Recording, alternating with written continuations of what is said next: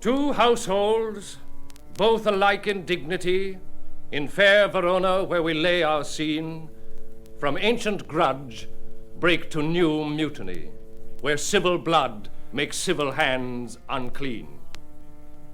From forth the fatal loins of these two foes, a pair of star-crossed lovers take their life, whose misadventured piteous overthrows doth with their death bury their parents' strife.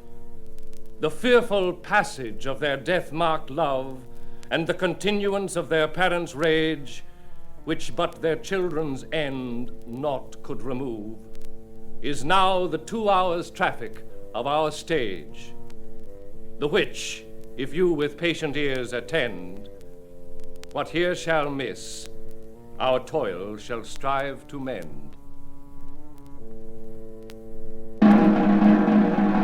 Gregory, on my word, will not carry coals. No, for then we should be colliers. I mean, and we being cola will draw. Oh, while you live, draw your neck out of the collar. I strike quickly being moved. But thou art not quickly moved to strike. A dog of the house of Montague moves me. To move is to stir, and to be valiant is to stand. Therefore, if thou art moved, thou runst away. A dog of that house shall move me to stand.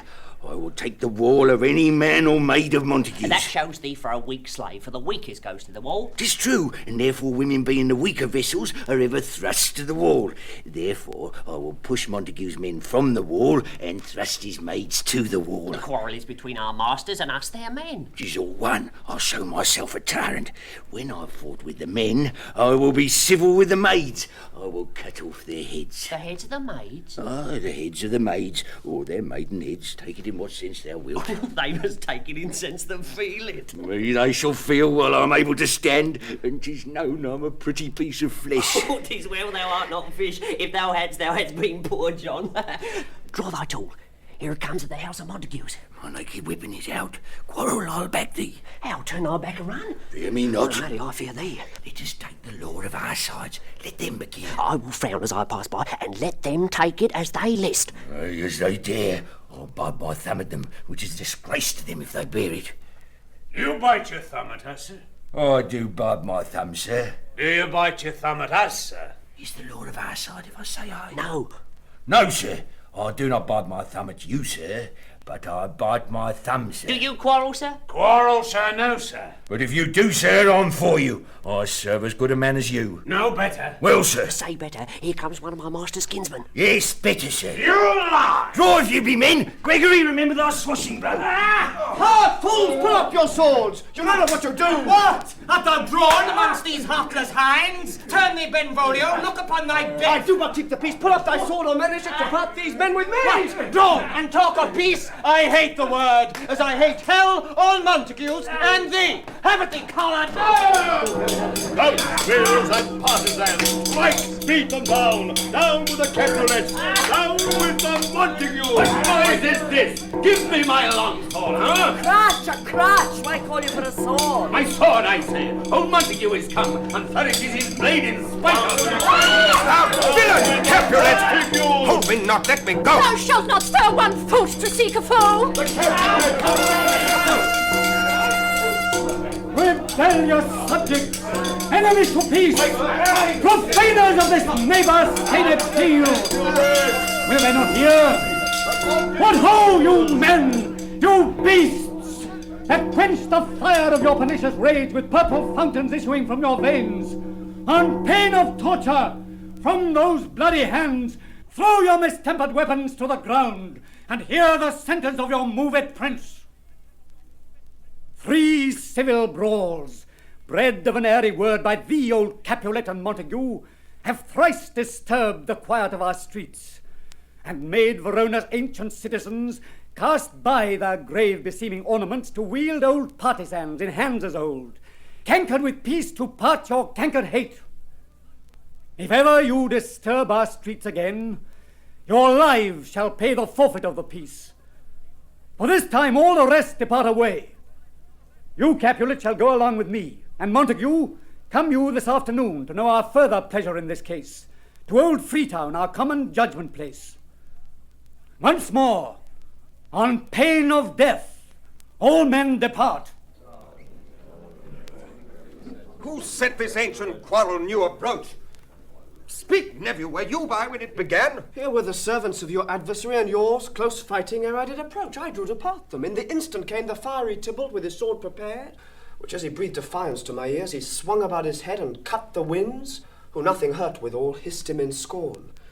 While we were interchanging thrusts and blows, came more, and fought on part and part, till the prince came who parted either part. Oh, where is Romeo? Saw you him today?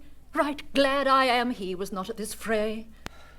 Madam, an hour before the worshipped sun peered forth the golden window of the east, a troubled mind drave me to walk abroad, where, underneath the grove of sycamore that westward rooteth from this city's side, so early walking did I see your son. Towards him I made, but he was ware of me, and stole into the covert of the wood.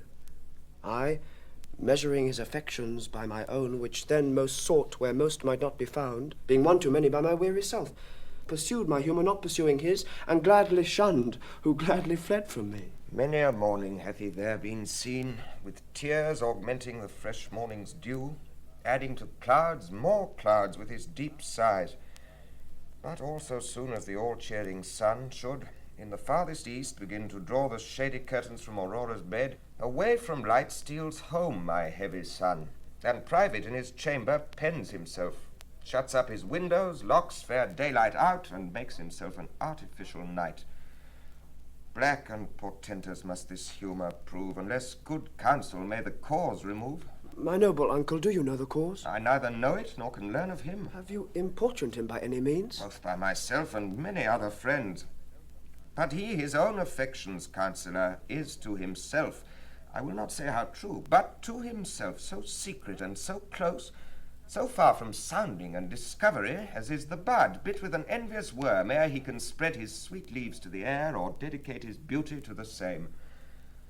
Could we but learn from whence his sorrows grow, we would as willingly give cure as know. See, where he comes, so please you step aside. I'll know his grievance, or be much denied. I would thou wert so happy by thy stay to hear true shrift. Amen. Come, madam, let's away.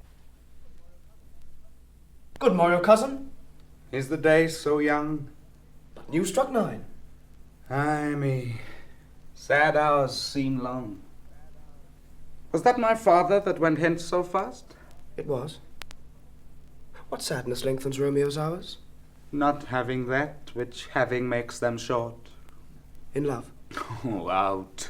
Of love. Out of her favour where I am in love. Alas, that love, so gentle in his view, should be so tyrannous and rough in proof. Alas, that love whose view is muffled still should without eyes see pathways to his will. Where shall we dine? Oh me, what fray was here? Yet tell me not, for I've heard it all. Here's much to do with hate, but more with love. Why, there no brawling love, or loving hate, or anything of nothing first created? Oh, heavy lightness, serious vanity, misshapen chaos of well-seeming forms, feather of lead, bright smoke, cold fire, sick health, still waking sleep that is not what it is. This love feel I that feel no love in this. Dost thou not laugh? No cause, I rather weep. Good heart, at what? At thy good heart's oppression. Why, such is love's transgression. Griefs of mine own lie heavy in my breast, which thou wilt propagate to have it pressed with more of thine. This love that thou hast shown doth add more grief to too much of mine own. Love is a smoke made with the fume of sighs, being purged a fire sparkling in lovers' eyes, being vexed a sea nourished with loving tears. What is it else? A madness most discreet, a choking gall, and a preserving sweet. Farewell, my cars. Soft, I will go along. And if you leave me so, you do me wrong. Tut, I have lost myself. I am not here. This is not Romeo. He's some otherwhere. Tell me, in sadness, who is that you love? What shall I groan and tell thee? Groan? Why, no, but sadly tell me who. Bid a sick man in sadness make his will a word ill-urged to one that is so ill. Oh, in sadness, cousin, I do love a woman. I aim so near when I supposed you loved. A right good markman, And she's fair, I love. Oh, a right fair mark, fair cause is soonest hit. Well, in that hit you miss, she'll not be hit with Cupid's arrow. She hath Dian's wit, and in strong proof of chastity well armed. From love's weak, childish bow she lives uncharmed. She will not stay the siege of loving terms, nor bide the encounter of assailing eyes, nor ope her lap to sense-seducing gold. Oh, she is rich in beauty, only poor, that when she dies, with beauty dies her store.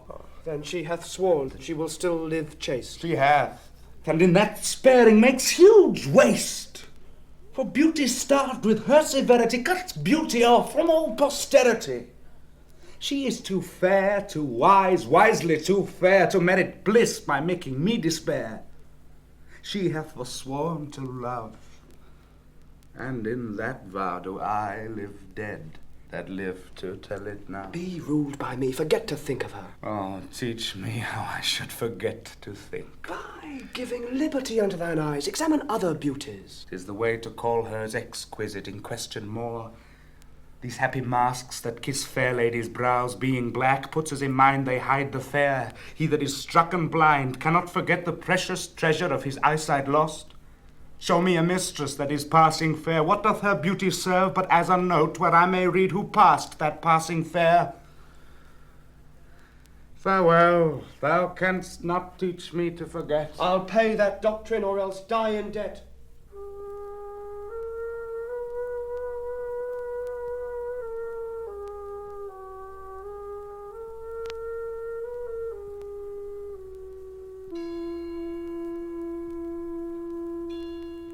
But Montague is bound as well as I in penalty alike, and 'tis not hard, I think, for men so old as we to keep the peace. Of honourable reckoning are you both, and pity 'tis you lived at odds so long. But now, my lord, what say you to my suit? But say or what I have said before. My child is yet a stranger in the world. She hath not seen the change of 14 years. Let 2 more summers wither in their pride, ere we may think her ripe to be a bride. Younger than she, our happy mother's maid. And too soon marred are those so early made. The earth hath swallowed all my hopes but she. She is the hopeful lady of my earth. But woo her gentle Paris, get her heart. My will to her consent is but a part. And she agreed, within her scope of choice lies my consent and fair according voice. This night I hold an old accustomed feast, whereto I have invited many a guest such as I love, and you among the store, one more most welcome makes my number more. At my poor house look to behold this night earth-treading stars that make dark heaven light. Such comfort as do lusty young men feel when well-apparelled April on the heel of limping winter treads. Even such delight among fresh female buds shall you this night inherit at my house. Here all see, and like her most, whose merit most shall be, which on more view of many, mine being one, may stand in number, though in reckoning none. Come, go with me. Go, sirrah, trudge about through fair Verona, find those persons out whose names are written there, and to them say, my house and welcome on their pleasure stay. Find them out whose names are written. Here it is written that the shoemaker should meddle with his yard, and the tailor with his last, the fisher with his pencil, and the painter with his net. And I am sent to find those persons whose names are here writ, and can never find what names the writing person hath here writ. Oh, I must do the learned in good time. Tut, man, one fire burns out another's burning. One pain is lessened by another's anguish. Turn giddy, and be holp by backward turning. One desperate grief cures with another's languish. Take thou some new infection to thy eye, and the rank poison of the old will die. Your plantain leaf is excellent for that. Huh? For what, I pray thee? For your broken shin. Why, Romeo, art thou mad? Not mad, but bound more than a madman is. Shut up in prison, kept without my food, whipped and tormented, and... Goddamn, good fellow. God, I pray, sir, can you read? I am mine own fortune in my misery. Perhaps you learned it without book. But I pray, can you read anything you see? Aye, if I know the letters and the language. Oh, you say honestly. Rest you merry. Stay, fellow. I can read. Senor Martino and his wife and daughters, Count Anselm and his beauteous sisters, the lady widow of Vitruvio, Signor Placentio and his lovely nieces, Mercutio and his brother Valentine, mine uncle Capulet, his wife and daughters, my fair niece Rosaline, Livia, Signor Valentio and his cousin Tybalt, Lucio and the lively Helena.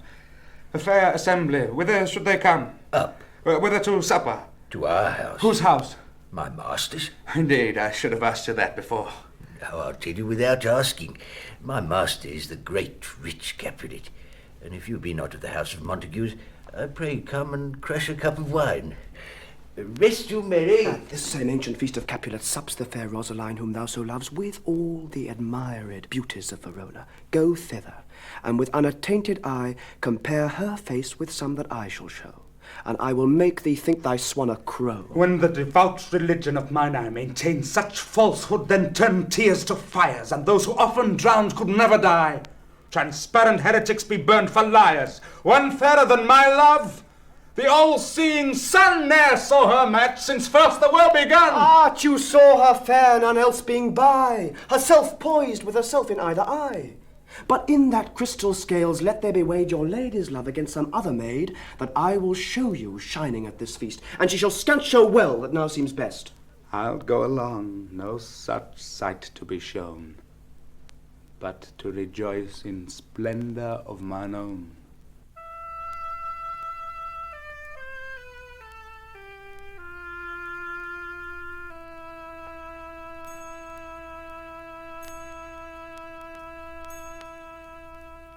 Nurse, where's my daughter? Call her forth to me. Now, by my maidenhead, a 12-year-old, I bade her come. What lamb? What ladybird? God forbid. Where's this girl? What, Juliet? How now, who called? Your mother. Madam, I'm here. What is your will? This is the matter.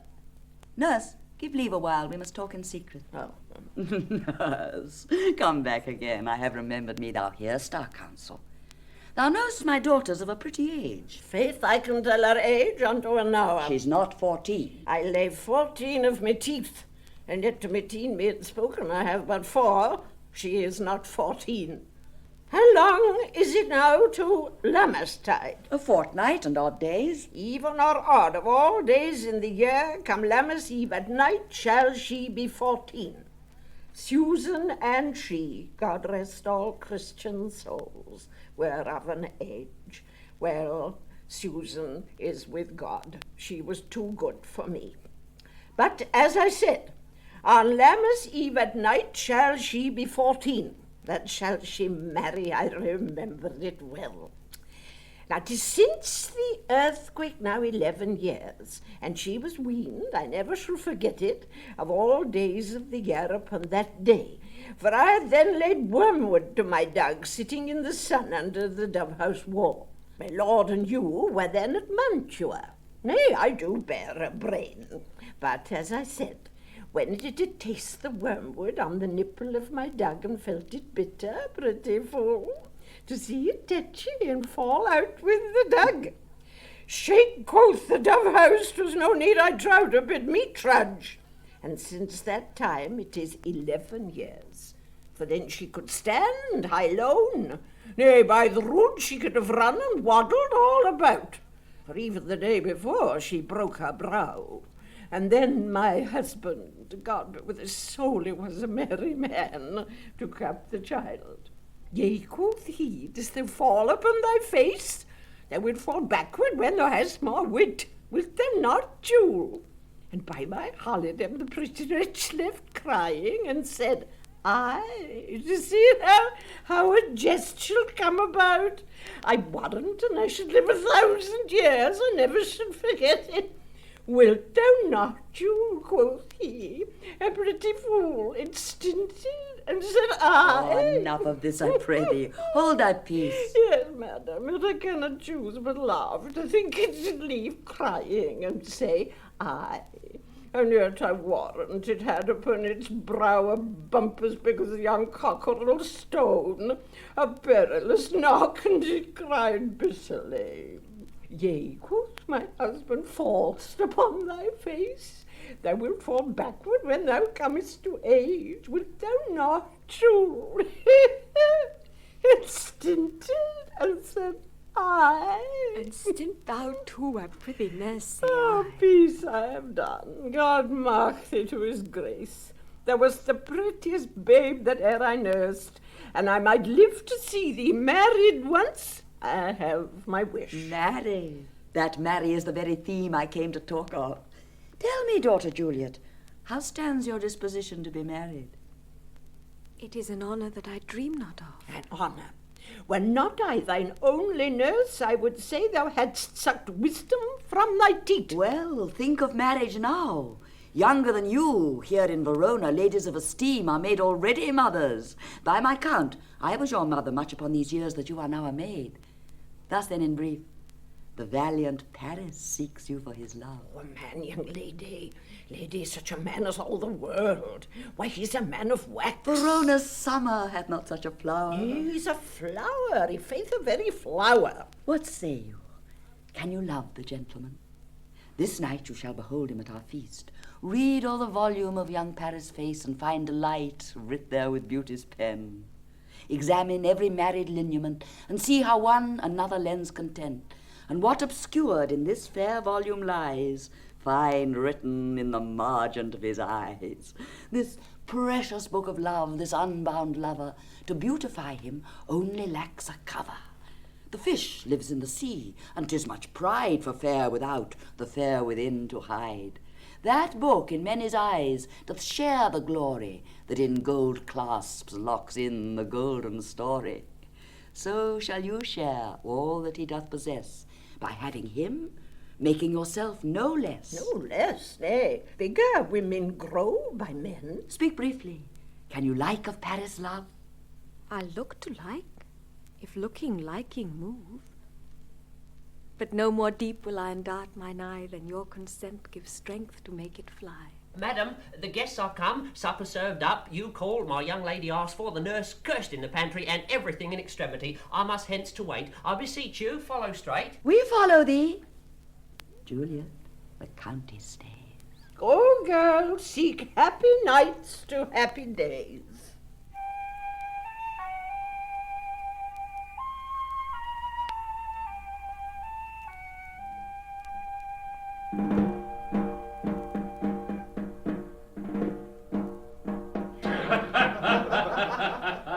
What, shall this speech be spoke for our excuse, or shall we on without apology? Date is out of such prolixity. We'll have no Cupid hoodwinked with a scarf, bearing a Tartar's painted bow of love, scaring the ladies like a crow keeper. No, without book prologue, faintly spoke after the prompter for our entrance. But let them measure us by what they will. We'll measure them a measure and be gone. Give me a torch. I am not for this ambling being, but heavy I will bear the light. Nay, gentle Romeo, we must have you dance. Not I, believe me. You have dancing shoes with nimble soles. I have a soul of lead so stakes me to the ground I cannot move. What a lover, borrow Cupid's wings and soar with them above a common bound. I am too sore and pierced with his shaft to soar with his light feathers, and so bound I cannot bound a pitch above dull woe. Under love's heavy burden do I sink. And to sink in it should you burthen love. Too great oppression for a tender thing. Is love a tender thing? It is too rough, too rude, too boisterous, and it pricks like thorn. If love be rough with you, be rough with love. Prick love for pricking, and you beat love down. Give me a case to put my visage in. A visor for a visor. What care I, what curious eye doth coat deformities? Here are the beetle brows shall blush for me. Come, knock and enter, and no sooner in, but every man but taken to his A legs. torch for me. Let wantons light of heart tickle the senseless rushes with their heels. For I am proverb to the grandsire phrase, I'll be a candle holder and look on. The game was ne'er so fair, and I am done. Oh, tut done's the mouse, the constable's own word. If thou art done, we'll draw thee from the mire, or save your reverence love, wherein thou stickst up to the ears. Come, we burn daylight home. Nay, that's not so. I mean, sir, in delay we waste our lights in vain. Lights by day. Take our good meaning, for our judgment sits 5 times in that ere once in our fine wits. And we mean well in going to this masque, but 'tis no wit to go. Why, may one ask? I dreamt a dream tonight. And so did I. Well, what was yours? That dreamers often lie. In bed asleep while they do dream things true. Oh, then I see Queen Mab hath been with you. She is the fairies' midwife, and she comes in shape no bigger than an agate stone on the forefinger of an alderman, drawn with a team of little atomies over men's noses as they lie asleep. Her wagon spokes made of long spinner's legs, the cover of the wings of grasshoppers, her traces of the smallest spider's web, her collars of the moonshine's watery beams, her whip of cricket's bone, the lash of film, her wagoner a small grey-coated gnat, not half so big as a round little worm pricked from the lazy finger of a maid. Her chariot is an empty hazelnut, made by the joiner squirrel and old grub, time out of mind the fairies' coachmakers. And in this state she gallops night by night through lovers' brains, and then they dream of love. On courtiers' knees that dream on curtsies straight, or lawyers' fingers who straight dream on fees, or ladies' lips who straight on kisses dream, which after the angry mad with blisters plagues because their breaths with sweetmeats tainted are. Sometimes she gallops on a courtier's nose, and then dreams he of smelling out a suit. And sometimes comes she with a tithe pig's tail, tickling a parson's nose as a lies asleep, then he dreams of another benefice. Sometimes she driveth o'er a soldier's neck, and then dreams he of cutting foreign throats, of breaches, ambuscados, Spanish blades, of hell's 5 fathom deep. And then anon drums in his ear, at which he starts and wakes, and being thus frighted, swears a prayer or two and sleeps again. This is that very map that plats the manes of horses in the night, and bakes the elf locks in foul sluttish hairs, which once untangled much misfortune bodes. This is the hag, when maids lie on their backs, that presses them and learns them first to bear, making them women of good carriage. This is she... Peace, Mercutio, peace! Thou talkst of nothing. True, I talk of dreams, which are the children of an idle brain, begot of nothing but vain fantasy, which is as thin of substance as the air, and more inconstant than the wind, who woos even now the frozen bosom of the north, and being angered puffs away from thence, turning his side to the dew-dropping south. This wind you talk of blows us from ourselves. Summer is done, and we shall come too late. I fear too early. For my mind misgives some consequence yet hanging in the stars shall bitterly begin his fearful date with this night's revels, and expire the term of a despised life closed in my breast by some vile forfeit of untimely death. But he that hath the steerage of my course direct my sail, on, lusty gentlemen!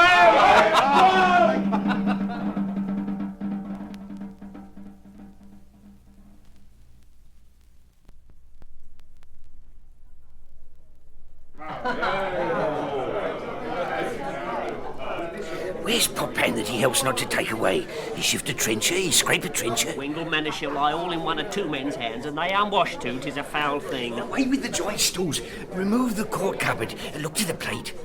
Good thou, save me a piece of marchpane, and as thou love me, let the porter let in Susan Grindstone and Nell. Anthony, Poppan, I'm ready. You are looked for and called for, asked for and sought for in the great chamber. Cannot be here and there, too.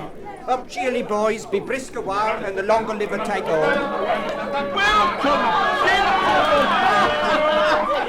Ladies that have their toes unplagued with corns will walk about with you. Ah, my mistresses, which of you all will now deny to dance? She that makes dainties, she, I'll swear, hath corns. Ah, am I come near ye now? Welcome, gentlemen. I have seen the day that I have worn a visor and could tell a whispering tale in a fair lady's ear, such as would please. Oh, 'tis gone, 'tis gone, 'tis gone. You are welcome, gentlemen. Come, musicians, play. A hall, give room and footed girls.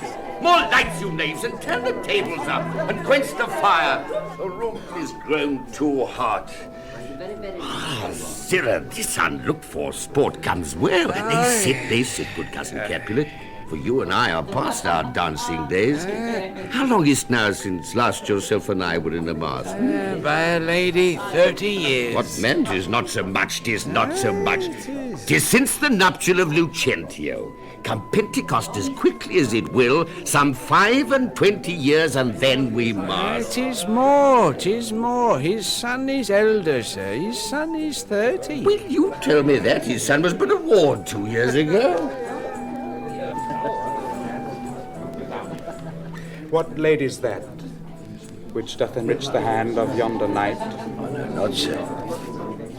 Oh, she doth teach the torches to burn bright. It seems she hangs upon the cheek of night as a rich jewel in an Ethiop's ear. Beauty too rich for use, for earth too dear. So shows a snowy dove trooping with crows as yonder lady o'er her fellows shows. The measure done, I'll watch her place of stand, and touching hers make blessed my rude hand. Did my heart love till now, forswear its sight, for I ne'er saw true beauty till this night. This, by his voice, should be a Montague. Fetch me my rapier, boy. What? Dares the slave come hither, covered with an antic face, to fleer and scorn at our solemnity? Now, by the stock and honour of my kin, to strike him dead I hold it not a sin. Why, how now, kinsman, wherefore storm you so? Uncle, this is a Montague, our foe, a villain, that is hither come in spite to scorn at our solemnity this night. Young Romeo, is it? 'Tis he, that villain, Romeo. Content thee, gentle coz, let him alone. Bears him like a portly gentleman. And to say truth, Verona brags of him to be a virtuous and well-governed youth. I would not for the wealth of all this town here in my house do him disparagement. Therefore be patient, take no note of him. It is my will. For which if you respect, show a fair presence, and put off these frowns, an ill-beseeming semblance for a feast. It fits when such a villain is a guest. I'll not endure him. Shall be endured. What, Woodman boy, I say he shall. Go to. Am I the master here, or you? Go to. Do not endure him. God shall mend my soul. You'll make a mutiny among my guests. You will set cock a hoop. You'll be the man. Why, Uncle, 'tis a shame. Go to. Go to. You are a saucy boy, it's so indeed. This trick may chance to scale you. I know what you must contrary me. Marriage is time. Well said, my hearts. You are a princock's go. Uncle! Quiet. More lights, more lights. For shame, I'll make you quiet. What cheerily, my hearts. Patience perforce with willful choler meeting makes my flesh tremble in their different greeting. I will withdraw, but this intrusion shall, now seeming sweet, convert to bitterest gall. If I profane with my unworthiest hand this holy shrine, the gentle sin is this: my lips to blushing pilgrims ready stand to smooth the rough touch with a gentle kiss. Good pilgrim, you do wrong your hand too much, which mannerly devotion shows in this. For saints have hands that pilgrims' hands do touch, and palm to palm is holy palmer's kiss. Have not saints lips and holy palmers too? Aye, pilgrim, lips that they must use in prayer. Oh, then, dear saint, let lips do what hands do. They pray, grant thou, lest faith turn to despair. Saints, do not move, though grant for prayer's sake. Then move not while my prayer's effect I take. Thus from my lips by thine my sin is purged. Then have my lips the sin that they have took. Sin from my lips, who trespass sweetly urged. Give me my sin again. You kiss by the book. Madam, your mother craves a word with you. What is her mother? Married bachelor, her mother is the lady of the house, and a good lady, and a wise and virtuous. I nursed her daughter that you talked withal. I tell you, he that can lay hold of her shall have the chinks. Is she a Capulet? Oh, dear Count, my life is my foe's debt. Away, be gone. The sport is at the best. Aye, so I fear the more is my unrest.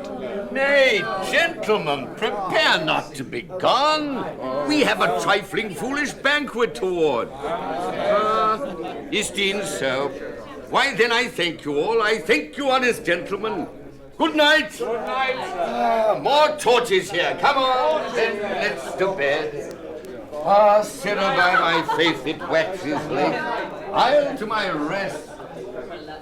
Come hither, Nurse. What is yon gentleman? The son and heir of old Tiberio. What's he that now is going out of door? Mary, that I think be young Petruchio. What's he that follows there that would not dance? Ah, I know not. Go ask his name. If he be merry at my grave is like to be my wedding bed. His name is Romeo and a Montague, the only son of your great enemy. My only love sprung from my only hate. Too early seen unknown, and known too late. Prodigious birth of love it is to me that I must love a loathed enemy. What's this? What's this? A rhyme I learnt even now of one I danced withal. Juliet! Anon. Come, let's away. The strangers all are gone.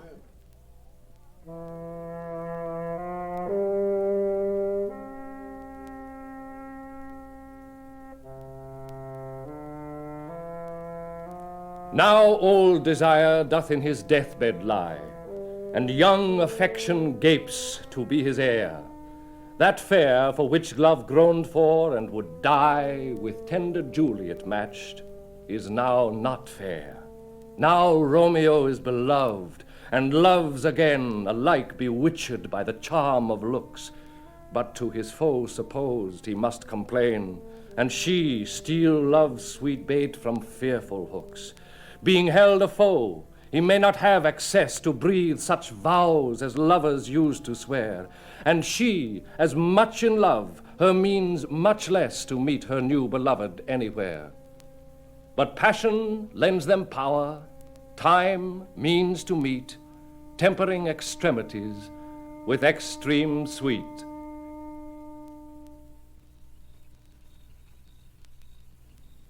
Can I go forward when my heart is here? Turn back, dull earth, and find thy centre out. Romeo! My cousin Romeo! Romeo! He's wise, and my life hath stolen him home to bed. He ran this way and up this orchard wall. Call good Mercutio. Nay, I'll conjure too. Romeo! Humours. Madman. Passion. Lover. Appear thou in the likeness of a sigh. Speak but one rhyme, and I am satisfied. Cry but I mean, pronounce but love and dove. Speak to my gossip Venus one fair word, one nickname for her purblind son and heir, young Abraham Cupid, he that shot so true when King Cophetua loved the beggar maid. He heareth not, he stirreth not, he moveth not, the ape is dead, and I must conjure him. I conjure thee by Rosaline's bright eyes, by her high forehead and her scarlet lip, by her fine foot, straight leg and quivering thigh, and the domains that there adjacent lie, that in thy likeness thou appear to us. If he hear thee, thou wilt anger him. This cannot anger him. 'Twould anger him to raise a spirit in his mistress' circle of some strange nature, letting it there stand till she had laid it and conjured it down. That was some spite. My invocation is fair and honest, in his mistress' name. I conjure only but to raise up him. Come, he hath hid himself among these trees to be consorted with the humorous night. Blind is his love, and best befits the dark. If love be blind, love cannot hit the mark. Now will he sit under a medlar tree, and wish his mistress were that kind of fruit as maids call medlars when they laugh alone. Oh, Romeo, that she were! Oh, that she were an open, etc., or thou a popper impaired. Romeo, good night. I'll to my truckle bed. This field bed is too cold for me to sleep. Come, shall we go? Go then, for 'tis in vain to seek him here that means not to be found.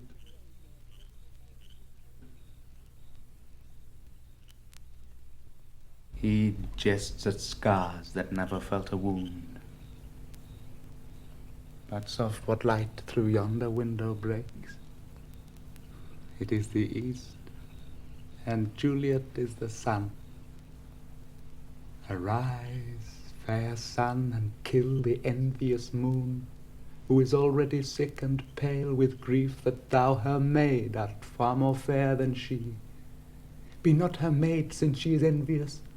Her vestal livery is but sick and green, and none but fools do wear it. Cast it off. is, my lady. Oh, it is my love. Oh, that she knew she were. She speaks. Yet she says nothing. What of that? Her eye discourses, I will answer it. I am too bold. 'Tis not to me she speaks. Two of the fairest stars in all the heaven, having some business, do entreat her eyes to twinkle in their spheres till they return. What if her eyes were there, they in her head? The brightness of her cheek would shame those stars as daylight doth a lamp. Her eye in heaven would through the airy region stream so bright that birds would sing and think it were not night. See how she leans her cheek upon her hand. Oh, that I were a glove upon that hand, that I might touch that cheek. I me. She speaks. Oh, speak again, bright angel.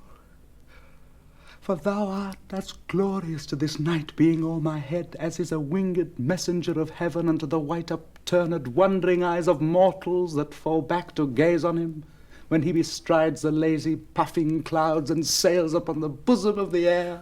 Oh, Romeo, Romeo, wherefore art thou Romeo? Deny thy father and refuse thy name. Or if thou wilt not, be but sworn my love, and I'll no longer be a Capulet. Shall I hear more, or shall I speak at this? 'Tis but thy name that is mine enemy. Thou art thyself, though not a Montague. What's Montague?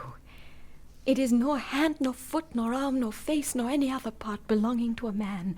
Oh, be some other name. What's in a name? That which we call a rose by any other name would smell as sweet. So Romeo would, were he not Romeo called, retain that dear perfection which he owes without that title. Romeo doff thy name, and for thy name, which is no part of thee, take all myself. I take thee at thy word.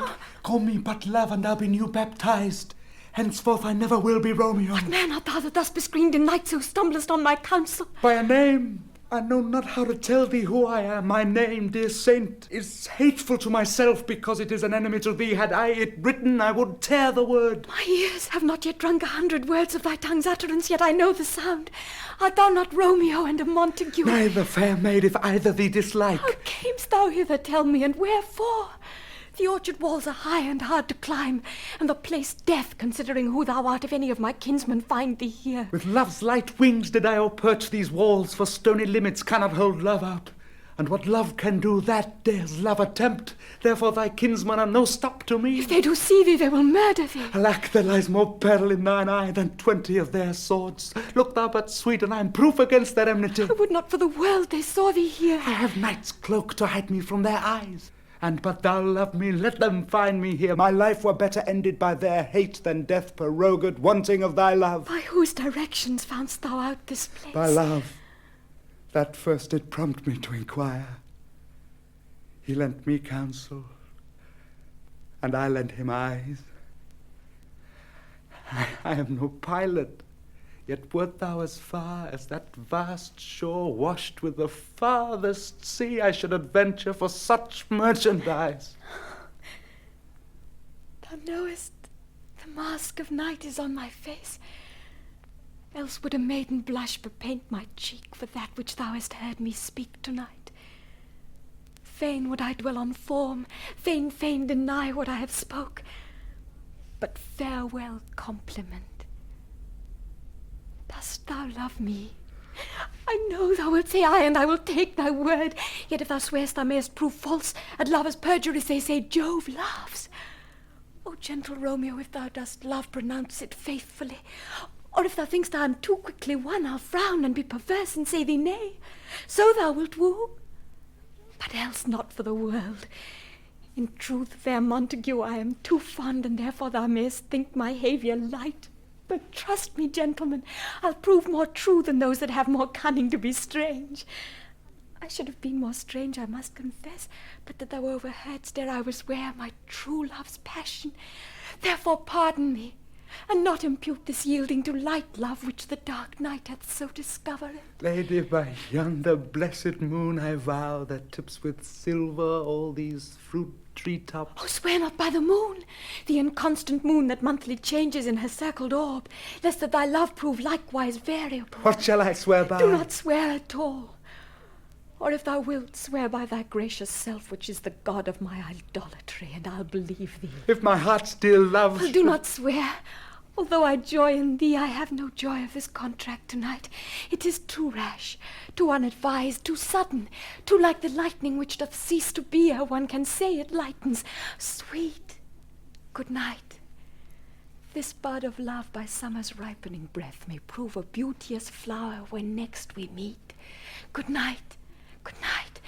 As sweet repose and rest come to thy heart as that within my breast. Oh, wilt thou leave me so unsatisfied? What satisfaction canst thou have tonight? The exchange of thy love's faithful vow for mine. I gave thee mine before thou didst request it, and yet I would it were to give again. Wouldst thou withdraw it? For what purpose, love? But to be frank and give it thee again. And yet I wish but for the thing I have. My bounty is as boundless as the sea, my love as deep. The more I give to thee, the more I have. For both are infinite. I hear some noise within. Dear love, adieu. Anon, good nurse. Sweet Montague, be true. Stay but a little, I will come again. Oh, blessed, blessed night. I am afeard, being in night, all this is but a dream, too flattering sweet to be substantial. 3 words, dear Romeo, and good night indeed. If that thy bent of love be honourable, thy purpose marriage, send me word tomorrow by one that I'll procure to come to thee, where and what time thou wilt perform the rite. And all my fortunes at thy feet I'll lay, and follow thee, my lord, throughout the world. I come anon, but if thou mean'st not well, I do beseech thee. By and by I come, to cease thy suit and leave me to my grief. Tomorrow will I send. So thrive my soul. 1,000 times good night. 1,000 times the worse to want thy light.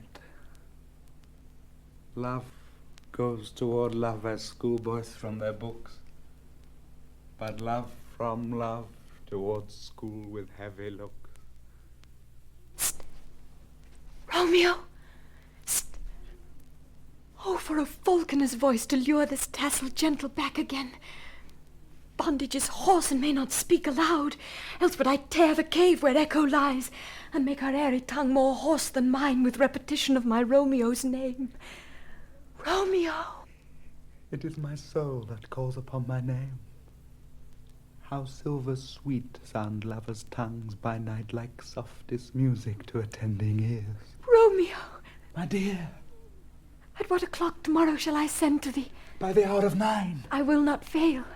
'Tis 20 years till then. I have forgot why I did call thee back. Let me stand here till thou remember it.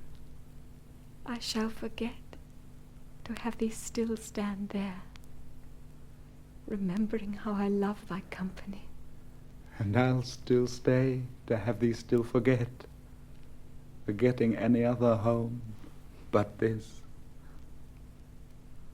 'Tis almost morning. I would have thee gone, and yet no farther than a wanton's bird that lets it hop a little from his hand like a poor prisoner in his twisted gyves, and with a silk thread plucks it back again, so loving jealous of his liberty. Would I were thy bird. Sweet, so would I. Yet I should kill thee with much cherishing. Good night. Good night. Parting is such sweet sorrow that I shall say good night till it be morrow. Sleep dwell upon thine eyes, peace in thy breast. Would I were sleep and peace, so sweet to rest. Hence will I to my ghostly friar's close cell, his help to crave and my dear hap to tell.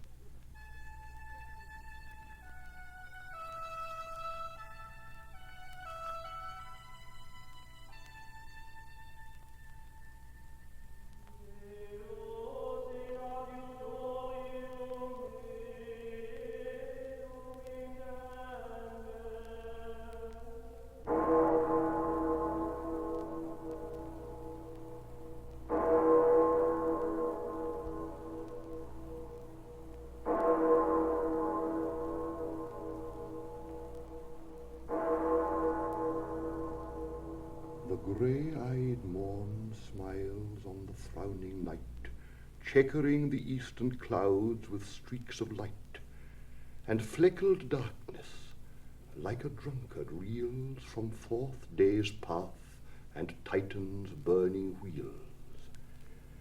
Now, ere the sun advance his burning eye, the day to cheer and night's dank dew to dry, I must upfill this osier cage of ours with baleful weeds and precious juiced flowers.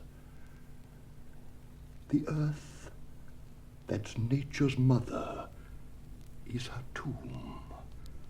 What is her burying grave, that is her womb.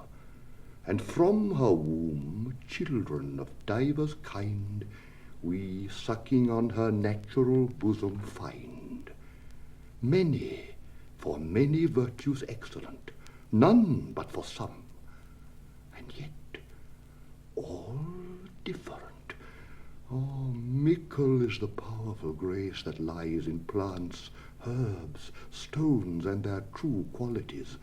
For naught so vile that on the earth doth live, but to the earth some special good doth give, nor aught so good, but strained from that fair use, revolts from true birth, stumbling on abuse.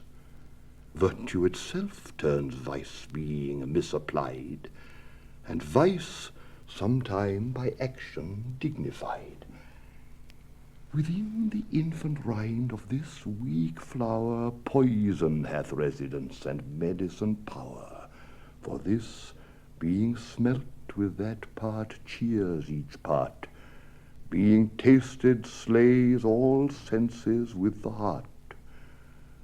Two such opposed kings encamp them still in man as well as herbs, grace and rude will, and where the worser is predominant, full soon the canker death eats up that plant. Good morrow, father. Benedicite, what early tongue so soon saluteth me? Young son, it argues a distempered head so soon to bid good morrow to thy bed. Care keeps his watch in every old man's eye, and where care lodges, sleep will never lie. But where unbruised youth with unstuffed brain doth couch his limbs, there golden sleep doth reign. Therefore thy earliness doth me assure thou art uproused with some distemperature, or if not so, then here I hit it right. Our Romeo hath not been in bed tonight. That last is true, the sweeter rest was mine. God pardon sin. Wast thou with Rosaline? With Rosaline, my ghostly father, no. I have forgot that name and that name's woe. That's my good son. But where hast thou been then? I'll tell thee ere thou ask it me again. I have been feasting with mine enemy, where on a sudden one hath wounded me that's by me wounded. Both our remedies within thy help and holy physic lies. I bear no hatred, blessed man, for lo, my intercession likewise steads my foe. Be plain, good son, and homely in thy drift. Riddling confession finds but riddling shrift. Then plainly now, my heart's dear love is set on the fair daughter of rich Capulet. As mine on hers, so hers is set on mine, and all combined save what thou must combine by holy marriage. When and where and how we met, we wooed and made exchange of vow, I'll tell thee as we pass. But this I pray, that thou consent to marry us today. Holy St. Francis, what a change is here! Is Rosaline, that thou didst love so dear, so soon forsaken? Young men's love then lies not truly in their hearts, but in their eyes. Jesu Maria, what a deal of brine hath washed thy sallow cheeks for Rosaline! How much salt water thrown away in waste to season love that of it doth not taste! The sun not yet thy sighs from heaven clears, thy old groans yet ring in mine ancient ears. Lo, here upon thy cheek the stain doth sit of an old tear that is not washed off yet. If e'er thou wast thyself and these woes thine, thou and these woes were all for Rosaline, and art thou changed? Pronounce this sentence then: women may fall when there's no strength in men. Thou chidst me oft for loving Rosaline. For doting, Not for loving, pupil mine. And badst me bury, love. Not in a grave to lay one in, another out to have. I pray thee chide me not. Her I love now doth grace for grace and love for love allow. The other did not so. Oh, she knew well thy love did read by rote that could not spell. But come, young waverer, come, go with me. In one respect I'll thy assistant be. For this alliance may so happy prove to turn your household's rancor to pure love. Oh, let us hence, I stand on sudden haste. Wisely and slow, they stumble that run fast.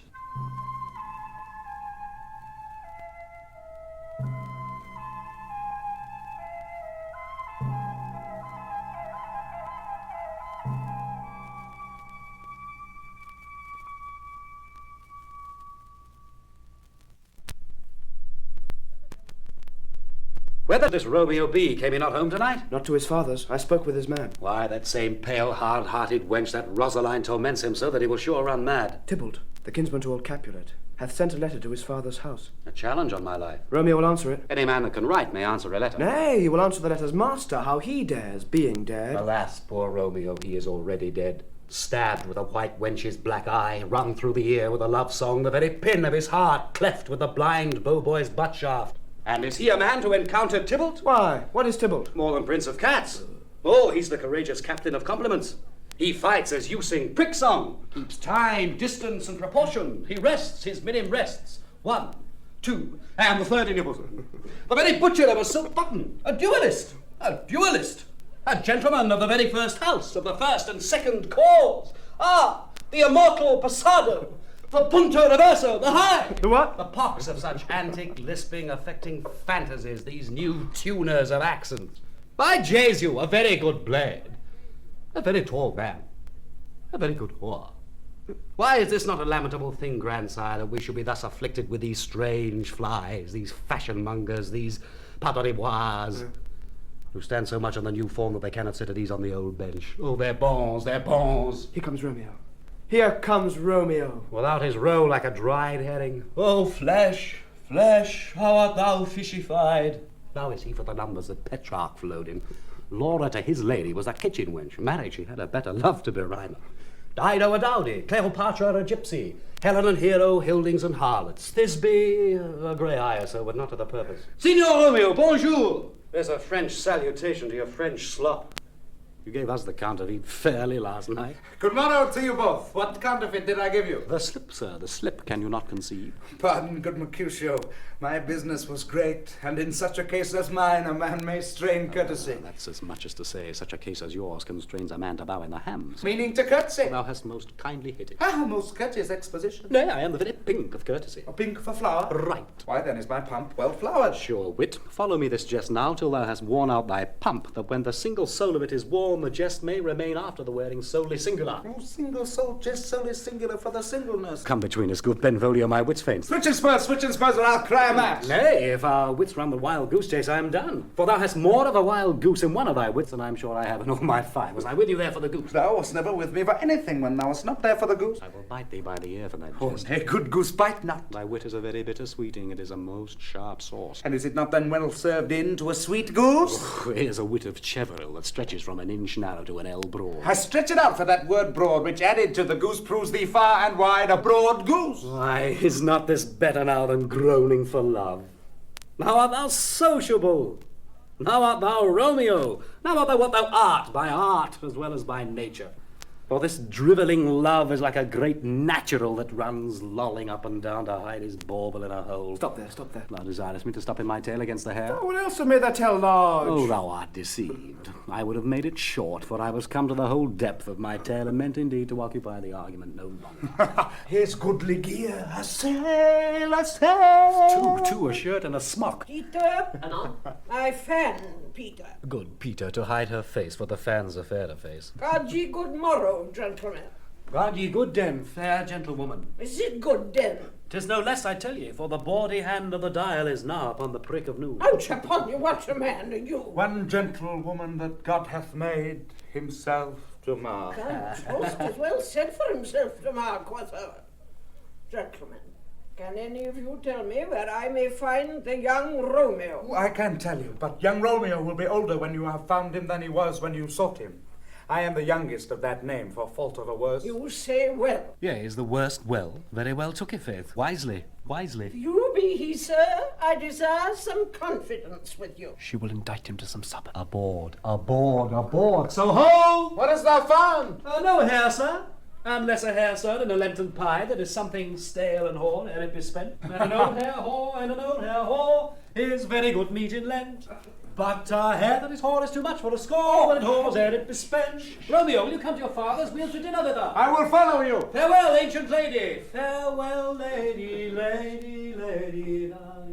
I pray you, sir, what saucy merchant was this that was so full of his ropery? A gentleman nurse that loves to hear himself talk, and will speak more in a minute than he will stand to in a month. When I speak anything against me, I'll take him down, and we're lustier than he is, and 20 such jacks. And if I cannot, I'll find those that shall. Scurvy knave. I am none of his fledgils. I am none of his Cain's mates.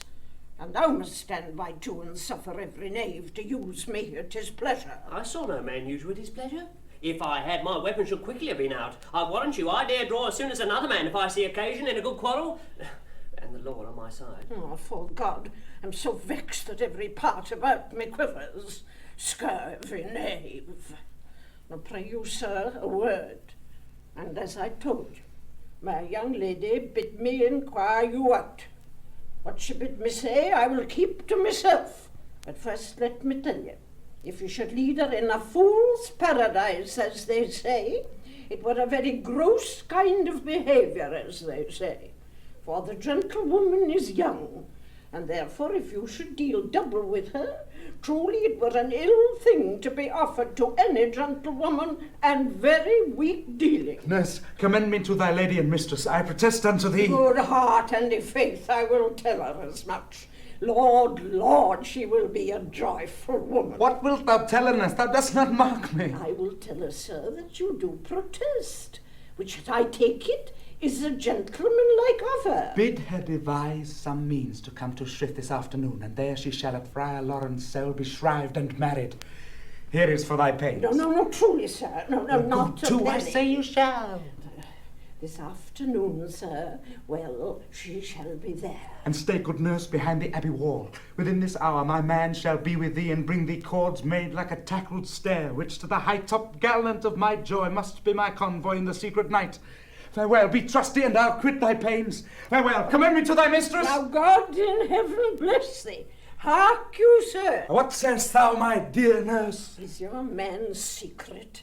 Did you ne'er hear say, two may keep counsel, putting one away? Warrant thee, my man's as true as steel. Well, sir, my mistress is the sweetest lady. Lord, when 'twas a little prating thing. Oh, there is a nobleman in town, one Paris, that would fain lay knife aboard. But she, good soul, had as lief see a toad, a very toad to see him. I anger her sometimes and tell her the Paris is the proper man. Oh. But I warrant you, when I say so, she looks as pale as any clout in the versal world.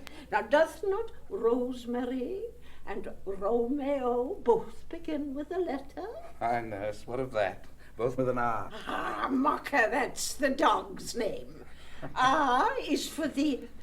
No, I know it begins with some other letter, and she hath the pretty sententious of it, of you and Rosemary, that would do you good to hear it. Commend me to thy lady. Aye, 1,000 times. Peter, Anon?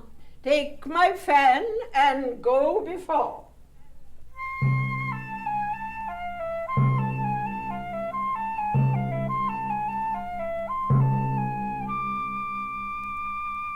The clock struck 9 when I did send the nurse. In half an hour she promised to return. Perchance she cannot meet him. That's not so. Oh, she is lame. Love's heralds should be thoughts which 10 times faster glide than the sun's beams, driving back shadows over lowering hills. Therefore do nimble pinioned doves draw love, and therefore hath the wind-swift Cupid wings. Now is the sun upon the highmost hill of this day's journey, and from 9 to 12 is 3 long hours, yet she is not come. Had she affections and warm youthful blood, she'd be as swift in motion as a ball. My words would bandy her to my sweet love, and his to me. But old folks, many fain as they were dead, unwieldy, slow, heavy, and pale as lead. Oh God, she comes! Oh, honey nurse, what news? Hast thou met with him? Send thy man away. He does stay at the gate. Now, good sweet nurse. Oh Lord, why look'st thou sad? Though news be sad, yet tell them merrily. If good, thou shamest the music of sweet news by playing it to me with so sour a face. I'm weary. Give me leave a while. Fie, how me bones ache. What a jaunts have I had. I would thou hadst my bones, and I thy news. Nay, come, I prithee, speak, good nurse, speak. Jesus, what haste! Can you not stay a while? Do you not see that I'm out of breath? How art thou out of breath when thou hast breath to say to me that thou art out of breath? The excuse that thou dost make in this delay is longer than the tale thou dost excuse. Is thy news good or bad? Answer to that. Say either, and I'll stay the circumstance. Let me be satisfied. Is good or bad? Well, you have made a simple choice. You know not how to choose a man. Romeo, no, not he. Though his face be better than any man's, yet his leg excels all men's. And for a hand and a foot and a body, though they be not to be talked on, yet they are past compare. He is not the flower of courtesy, but I warrant him as gentle as a lamb. Go their ways, wench, serve God. What, have you dined at home? No, but all this did I know before. What says he of our marriage? What of that? Lord, how me head aches. What a head have I. It beats and it would fall in 20 pieces. Oh, me back. No, t'other side. Oh, me back. Be sure you're hard for sending me about to catch me death with jauncing up and down. In faith, I'm sorry that thou art not well. Sweet nurse. Tell me, what says my love? Well, your love says, like an honest gentleman, and a courteous, and a kind, and a handsome, and I warrant a virtuous. Where is your mother? Where is my mother? Why, she is within. Where should she be? How oddly thou repliest. Your love says, like an honest gentleman, where is your mother? Oh, God's lady dear, are you so hot? Mary, come up, I trow. Is this the poultice for me aching bones? Henceforward, do your messages yourself. Here's such a coil. Come. What says Romeo? Have you got leave to go to shrift today? I have. Then hie you hence to Friar Lawrence Hill. There stays a husband to make you a wife. Well, now comes the wanton blood up in your cheeks. They'll be scarlet straight at any news. Hie you to church? I must another way to fetch a ladder, by the which your love must climb a bird's nest soon when it is dark. I am the drudge and toil in your delight, but you shall bear the burthen soon at night. Go, I'll to dinner, hie you to the cell. Hie to high fortune. Honest nurse, farewell.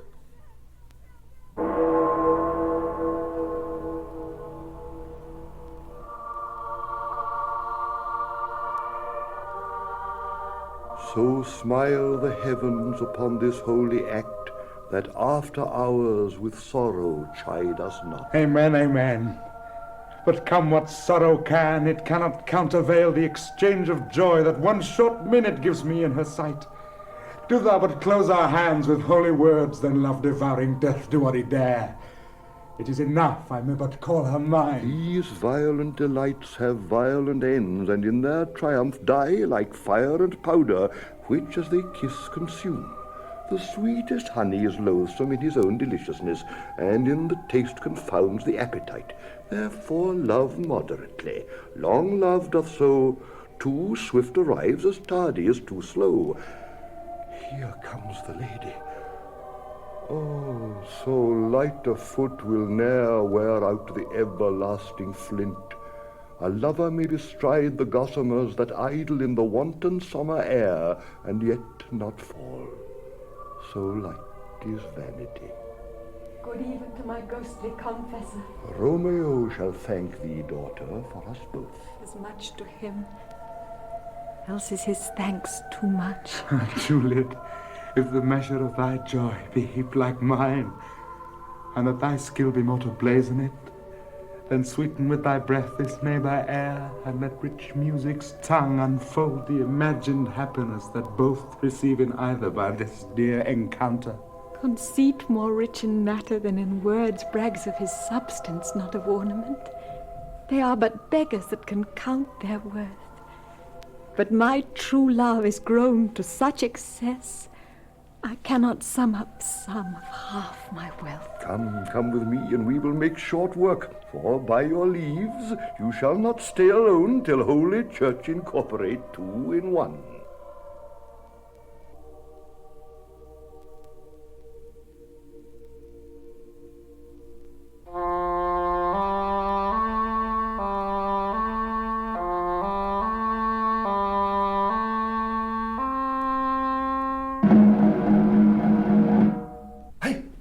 I pray thee, good Mercutio, let's retire. The day is hot, the Capulets abroad, and if we meet, we shall not scape a brawl. For now these hot days is the mad blood stirring. Thou art like one of those fellows that when he enters the confines of a tavern, claps me his sword on the table and says, God send me no need of thee, and by the operation of the second cup draws him on the draw, when indeed there is no need. Am I like such a fellow? Oh, come, thou art as hot a jack in thy mood as any in Italy, and as soon moved to be moody, and as soon moody to be moved. And what two? Nay, and there were two such. We should have none shortly, for one would kill the other. Thou? Why, thou wilt quarrel with a man that hath a hair more or a hair less in his beard than thou hast. Thou wilt quarrel with a man for cracking nuts, having no other reason but because thou hast hazel eyes. Now, what eye but such an eye would spy out such a quarrel? Thy head is as full of quarrels as an egg is full of meat, and yet thy head hath been beaten as addle as an egg for quarrelling. Thou hast quarrelled with a man for coughing in the street, because he hath wakened thy dog that hath lain asleep in the sun. Didst thou not fall out with the tailor for wearing his new doublet before Easter? With another for tying his new shoes with old ribbon, and yet thou wilt tutor me from quarrelling? And I was so apt to quarrel as thou art, any man should buy the fee simple of my life for an hour and a quarter. Oh, the fee simple, oh, simple! By my head, here comes the Capulets. By my heel, I care not. Follow me close, for I will speak to them. Gentlemen, good den. A word with one of you. And but one word with one of us. Couple it with something, make it a word and a blow. You shall find me apt enough to that, sir, and you will give me occasion. Could you not take some occasion without giving? Mercutio, thou consortst with Romeo. Consort? What dost thou make us minstrels? And thou make minstrels of us look to hear nothing but discords. Here's my fiddlestick. Here's that shall make you dance. Zounds, consort. We talk here in the public haunt of men, either withdraw into some private place or reason coldly of your grievances, or else depart. Here, all eyes gaze on us. Men's eyes were made to look, and let them gaze. I will not budge for no man's pleasure. Well, peace be with you, sir. Here comes my man. But I'll be hanged, sir, if you wear your livery. Marry, go before to field, he'll be your follower. Your worship in that sense may call him man. Romeo, the love I bear thee can afford no better term than this. Thou art a villain. Tybalt, the reason that I have to love thee doth much excuse the appertaining rage to such a greeting. Villain, I am none. Therefore farewell, I see thou know'st me not. Boy! This shall not excuse the injuries that thou hast done me. Therefore turn and draw. I do protest I never injured thee, but love thee better than thou canst devise, till thou shalt know the reason of my love. And so, good Capulet, whose name I tender as dearly as mine own, be satisfied. Calm, dishonourable, vile submission. Alas, Stoccata carries it away. Tybalt, you rat-catcher, will you walk? What wouldst thou have with me? Good king of cats, nothing but one of your 9 lives that I mean to make bold withal, and as you shall use me hereafter, drive eat the rest of the 8. Will you pluck your sword out of his pilcher by the ears? Make haste, lest mine be about your ears, and it be out. I am for you, gentle Mercutio. Put thy rapier up. Come, sir, your passado. So then, Zolia, beat down their weapons. Gentlemen, for shame, forbear this outrage. Tybalt, Mercutio, the prince expressly has forbid this bandying in Verona streets. Hold, Tybalt! Good Mercutio!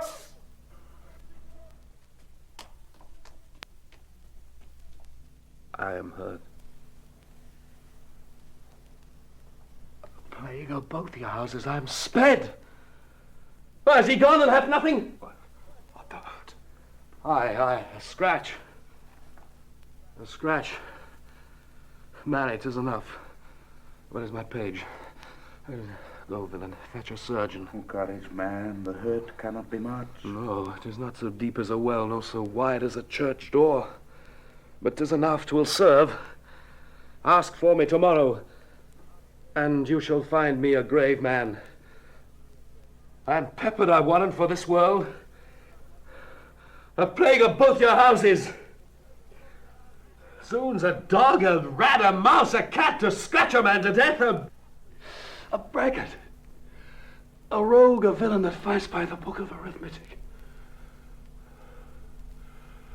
Why the devil came you between as I was hurt under your arm?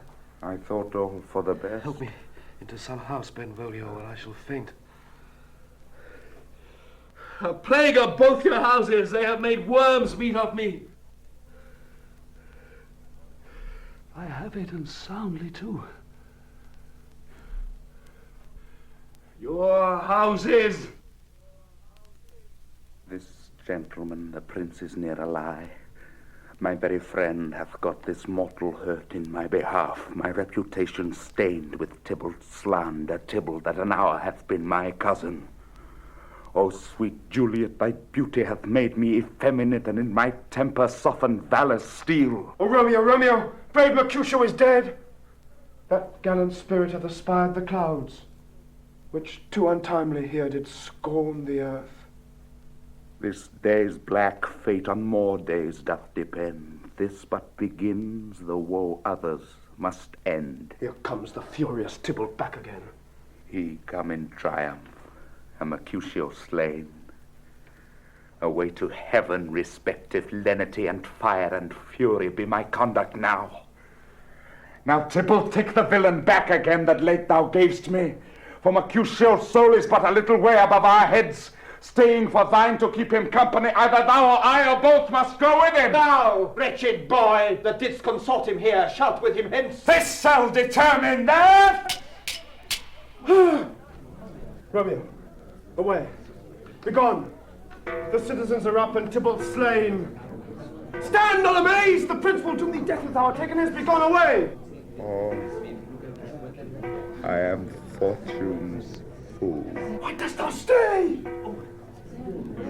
Which way ran he that killed Mercutio? Tybalt, that murderer, which way ran he? There lies that Tybalt. Up, sir! Go with me! I charge thee in the prince's name, obey! Where are the vile beginners of this fray? O noble prince, I can discover all the unlucky manage of this fatal brawl. There lies the man slain by young Romeo that slew thy kinsman, brave Mercutio. Tybalt! My cousin! Oh, my brother's child! Oh, prince! Oh, cousin! Husband! Oh, the blood is spilt of my dear kinsman! Prince, as thou art true, for blood of ours shed blood of Montague! Oh, cousin! Cousin! Benvolio, who began this bloody fray? Tybalt here slain, whom Romeo's hand did slay. Romeo that spake him fair, bid him bethink how nice the quarrel was, and urged with all your high displeasure. All this uttered with gentle breath, calm look, knees humbly bowed, could not take truce with the unruly spleen of Tybalt, deaf to peace. But that he tilts with piercing steel at bold Mercutio's breast, who all is hot, turns deadly point to point, and with a martial scorn, with one hand beats cold death aside, and with the other sends it back to Tybalt, whose dexterity retorts it. Romeo, he cries aloud, hold, friends, friends, part! And swifter than his tongue, his agile arm beats down their fatal points, and twixt them rushes, underneath whose arm an envious thrust from Tybalt hit the life of stout Mercutio. And then Tybalt fled, but by and by comes back to Romeo, who had but newly entertained revenge. And to it they go like lightning, for ere I could draw to part them was stout Tybalt slain.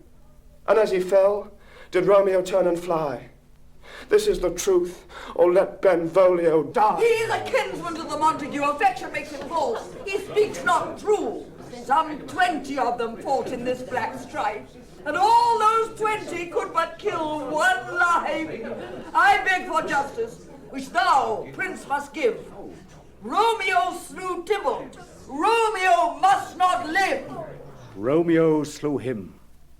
He slew Mercutio. Who now the price of his dear blood doth owe? Not Romeo, prince.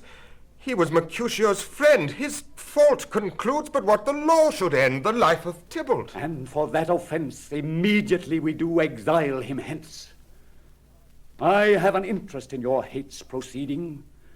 My blood for your rude brawls doth lie a-bleeding. But I'll amerce you with so strong a fine that you shall all repent this loss of mine. I will be deaf to pleading and excuses. Nor tears nor prayers shall purchase out abuses, therefore use none. Let Romeo hence in haste, else when he's found, that hour is his last. Bear hence this body and attend our will. Mercy but murders, pardoning those that kill.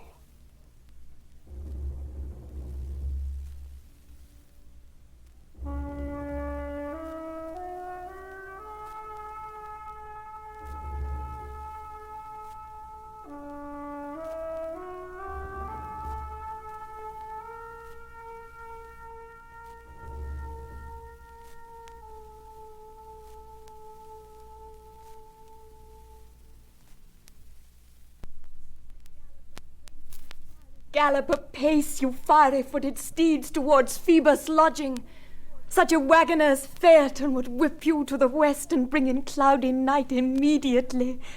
Spread thy close curtain, love-performing night, that runaways' eyes may wink and Romeo leap to these arms, untalked of and unseen. Lovers can see to do their amorous rites by their own beauties, or if love be blind, it best agrees with night. Come, civil night, thou sober-suited matron all in black, and learn me how to lose a winning match played for a pair of stainless maidenhoods. Hood my unmanned blood, bating in my cheeks with thy black mantle, till strange love grow bold, think true love acted simple modesty. Come night, come Romeo, come thou day in night, for thou wilt lie upon the wings of night whiter than new snow on a raven's back. Come, gentle night, come, loving black-browed night, give me my Romeo, and when he shall die, take him and cut him out in little stars, and he will make the face of heaven so fine that all the world will be in love with night and pay no worship to the garish sun.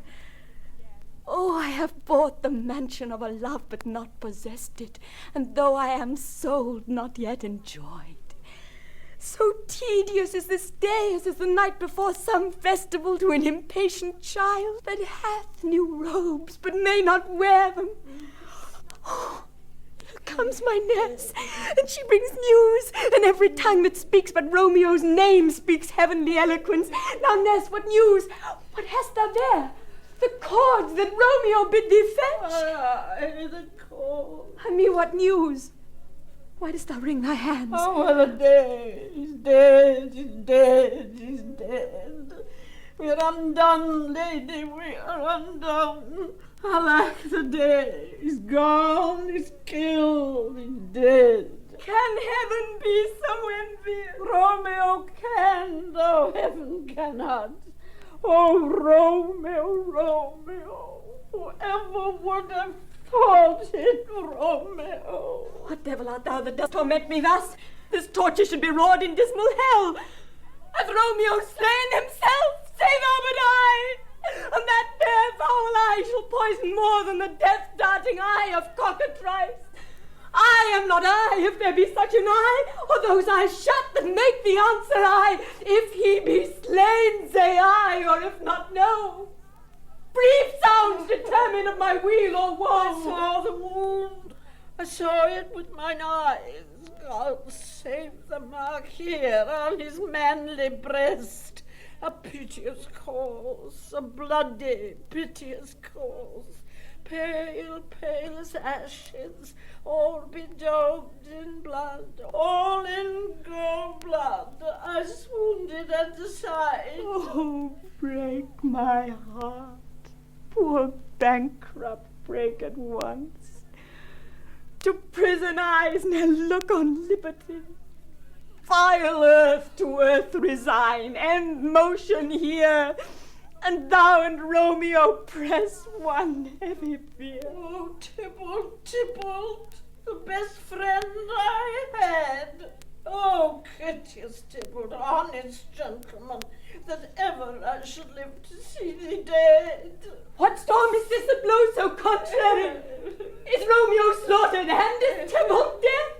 My dearest cousin and my dear lord. Then dreadful trumpets sound the general doom, for who is living if those two are gone? Tybalt is gone, and Romeo banished. Romeo that killed him, he is banished. Oh God! Did Romeo's hand shed Tybalt's blood? Indeed, alas the day, indeed. Oh, serpent-hearted with a flowering face, did ever dragon keep so fair a case?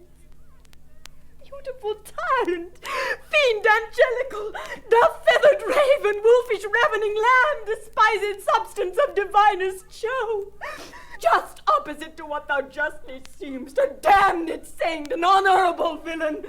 O nature, what hadst thou to do in hell when thou didst bower the spirit of a fiend in mortal paradise of such sweet flesh? Was ever book containing such vile matter so fairly bound? Oh, the deceit should dwell in such a gorgeous palace. There's no trust, no faith, no honesty in men. All perjured, all forsworn, all naught, all dissemblance. Oh, where's my man? Give me some aquavitae. These griefs, these woes, these sorrows make me old. Shame come to Romeo. Blistered be thy tongue for such a wish. He was not born to shame. Upon his brow shame is a shame to sit, for 'tis a throne where honor may be crowned, sole monarch of the universal earth. What a beast was I to chide at him. Will you speak well of him that killed your cousin? Shall I speak ill of him that is my husband? Oh, poor my lord, what tongue shall smooth thy name when I, thy 3 hours' wife, have mangled it? But wherefore, villain, didst thou kill my cousin? That villain cousin would have killed my husband. Back, foolish tears. Back to your native spring, your tributary drops belong to woe, which you mistaken offer up to joy. My husband lives that Tybalt would have slain, and Tybalt's dead that would have slain my husband. All this is comfort, wherefore weep I then? Some word there was, worse than Tybalt's death that murdered me. I would forget it fain, but oh, it presses to my memory thy damned guilty deeds to sinners' minds. Tybalt is dead, and Romeo banished. That banished, that one word banished, hath slain 10,000 Tybalts. Tybalt's death was woe enough if it had ended there. Or if our woe delights in fellowship and needly will be ranked with other griefs, why followed not when she said Tybalt's dead thy father or thy mother, nay, or both, which modern lamentation might have moved, but with a rearward following Tybalt's death? Romeo is banished.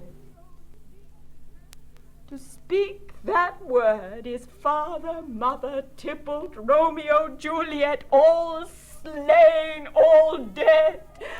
Romeo is banished. There is no end, no limit, measure bound in that word's death. No words can that woe sound. Where is my father and my mother, nurse? Weeping and wailing over Tybalt's corse. Will you go to them? I will bring you thither. Wash they his wounds with tears. Mine shall be spent when there's a dry for Romeo's banishment. Take up those cords. Poor ropes. You are beguiled, both you and I, for Romeo is exiled. He made you for a highway to my bed, but I am made, die maiden widowed. Come, cords, come, nurse, I'll to my wedding bed, and death, not Romeo, take my maiden head. Hide to your chamber. I'll find Romeo to comfort you. What well where he is. Harkye, your Romeo will be here at night. I'll to him. He's hid in Lawrence' cell. Oh, find him. Give this ring to my true knight, and bid him come to take his last farewell.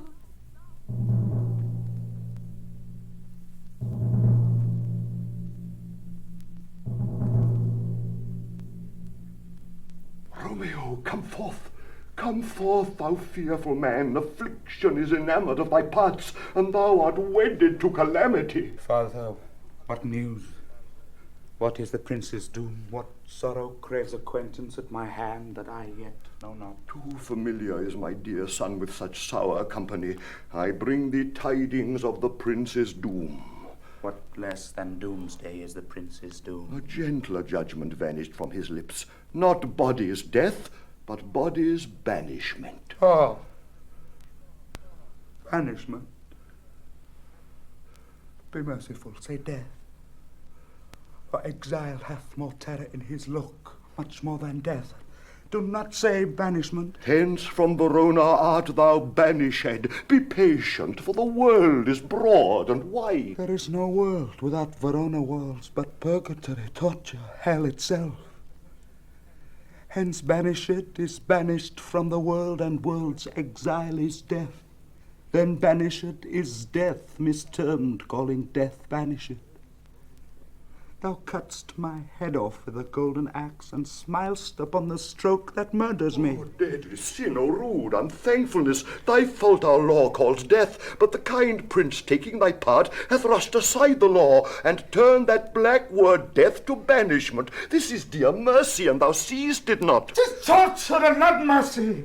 Heaven is here, where Juliet lives. And every cat and dog and little mouse, every unworthy thing live here in heaven and may look on her, but Romeo may not. More validity, more honourable state, more courtship lives in carrion flies than Romeo. They may seize on the white wonder of dear Juliet's hand and steal immortal blessing from her lips, who even in pure vestal modesty still blushes, thinking their own kiss is sin. This may flies do, when I from this must fly, and say'st thou yet that exile is not death? But Romeo may not, he is banished.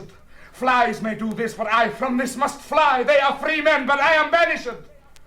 Hadst thou no poison mixed, no sharp ground knife, no sudden mean of death, though ne'er so mean, but banished to kill me, banished! Oh, friar, the damned use that word in hell, howling attends it. How hadst thou the heart, being a divine, a ghostly confessor, a sin absolver, and my friend profess to mangle me with that word, banished? Thou fond madman, hear me a little speak. Oh, thou wilt speak again of banishment. I'll give thee armour to keep off that word, adversity, sweet milk, philosophy, to comfort thee, though thou art banished. Yet banished. Hang up philosophy, unless philosophy can make a Juliet displant a town, reverse a prince's doom. It helps not, it prevails not. Talk no more. Oh, then I see that madmen have no ears. How should they when that wise men have no eyes? Let me dispute with thee of thy estate. Canst not speak of that thou dost not feel. But thou as young as I, Juliet, thy love, an hour but married, Tybalt murdered, doting like me and like me banished, then mightst thou speak. Then mightst thou tear thy hair and fall upon the ground as I do now, taking the measure of an unmade grave. Arise, one knocks.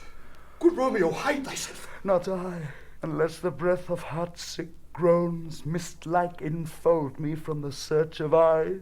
Hark, how they knock. Who's there? Oh. Arise, thou wilt be taken. Stay a while. Stand up. Run to my study. By and by. God's will, what simpleness is this? I come, I come.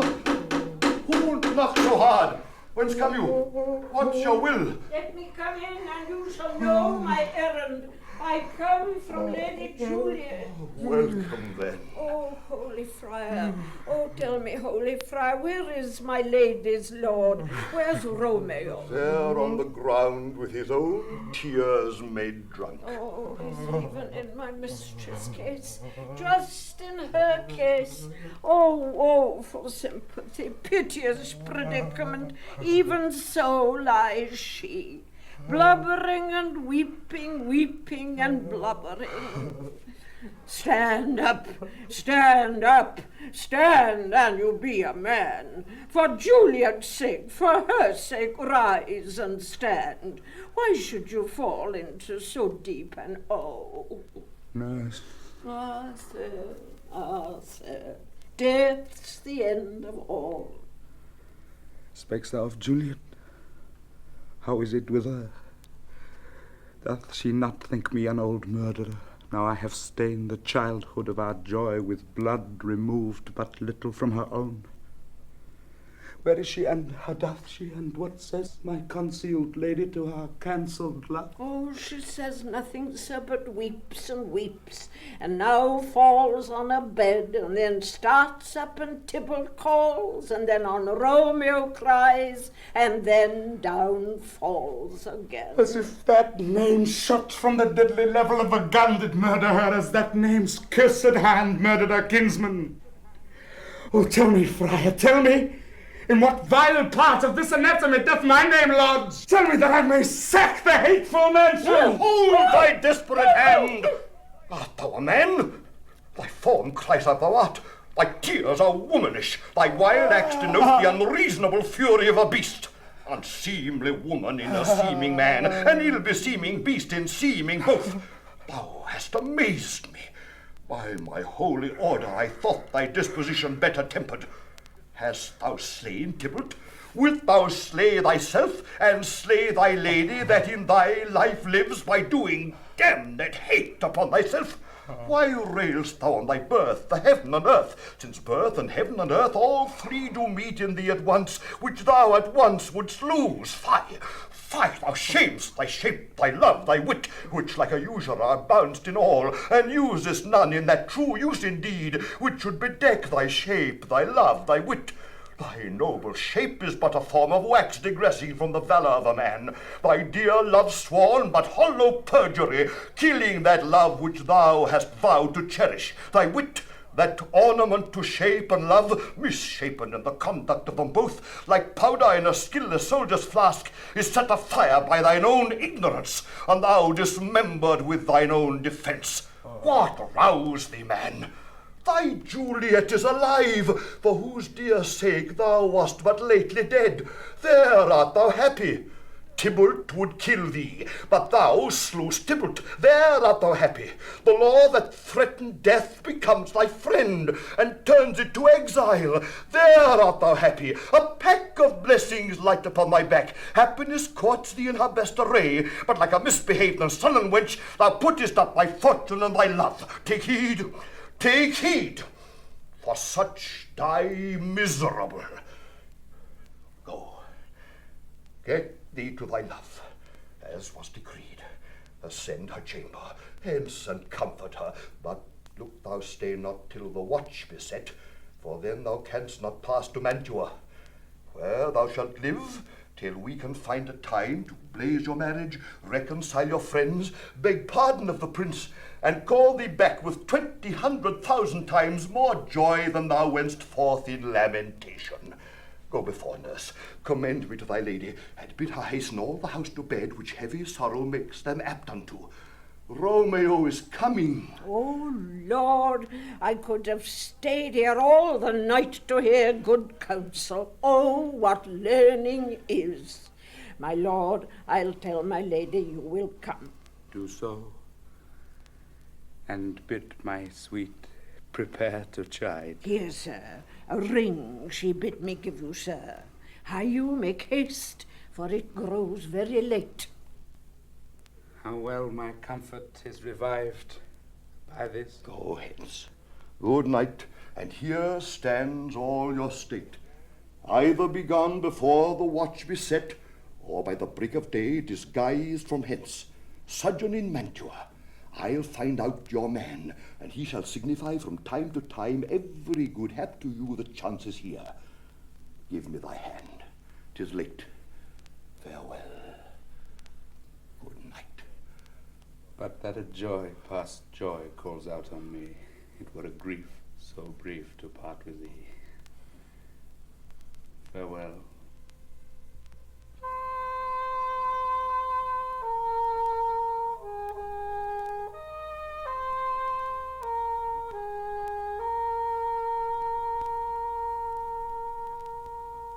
Things have fallen out, sir, so unluckily that we have had no time to move our daughter.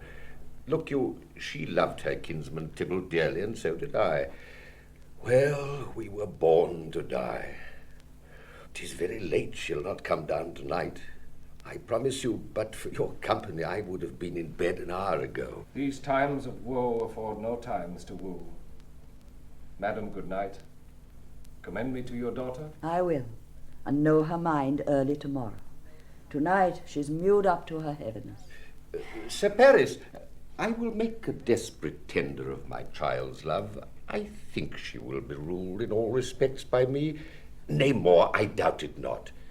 Wife, go you to her ere you go to bed. Acquaint her here of my son Paris' love, and bid her, mark you me, on Wednesday next... But soft, what day is this? Monday, my lord. Monday? Ha! Well, Wednesday is too soon. A Thursday let it be. A Thursday tell her she shall be married to this noble earl. Will you be ready? Do you like this haste? We'll keep no great ado, a friend or two, for, hark you, Tybalt being slain so late, it may be thought we held him carelessly, being our kinsman, if we revel much. Therefore we'll have some half a dozen friends, and there an end. But what say you to Thursday? My lord, I would that Thursday were tomorrow. Well, get you gone. A Thursday be it then. Go you to Juliet ere you go to bed. Prepare a wife against this wedding day. Farewell, my lord. Lights to my chamber, ho, afore me. Oh, it is so very late that we may call it early by and by. Good night.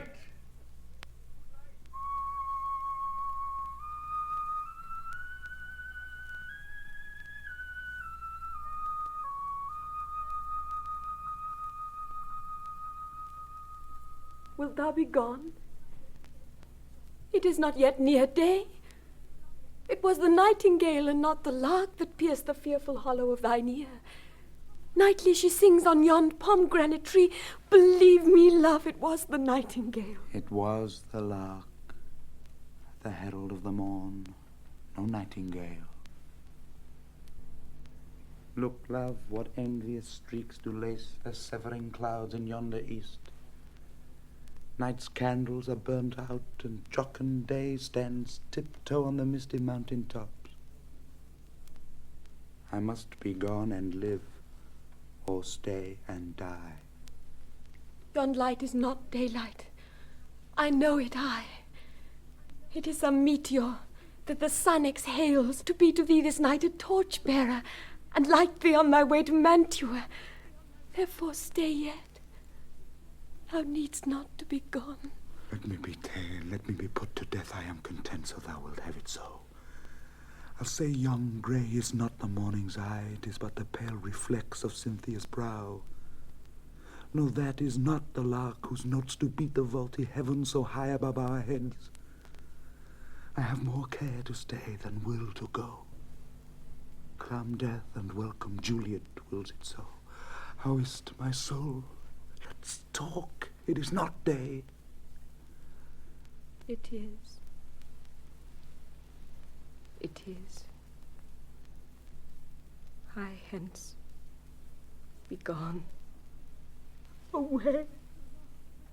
It is the lark that sings so out of tune, straining harsh discords and unpleasing sharps. Some say the lark makes sweet division. This doth not so, for she divideth us. Some say the lark and loathed toad change eyes. Oh, no, I would they had changed voices too. Since arm from arm that voice doth us affray, hunting thee hence with hunts up to the day. So now be gone. More light and light it grows. More light and light. More dark and dark our woe. Madam, your lady mother is coming to your chamber. The day is broke. Be wary, look about. Then window let day in, and let life out. Farewell. Farewell. One kiss, and I'll descend. Art thou gone so, love? Lord?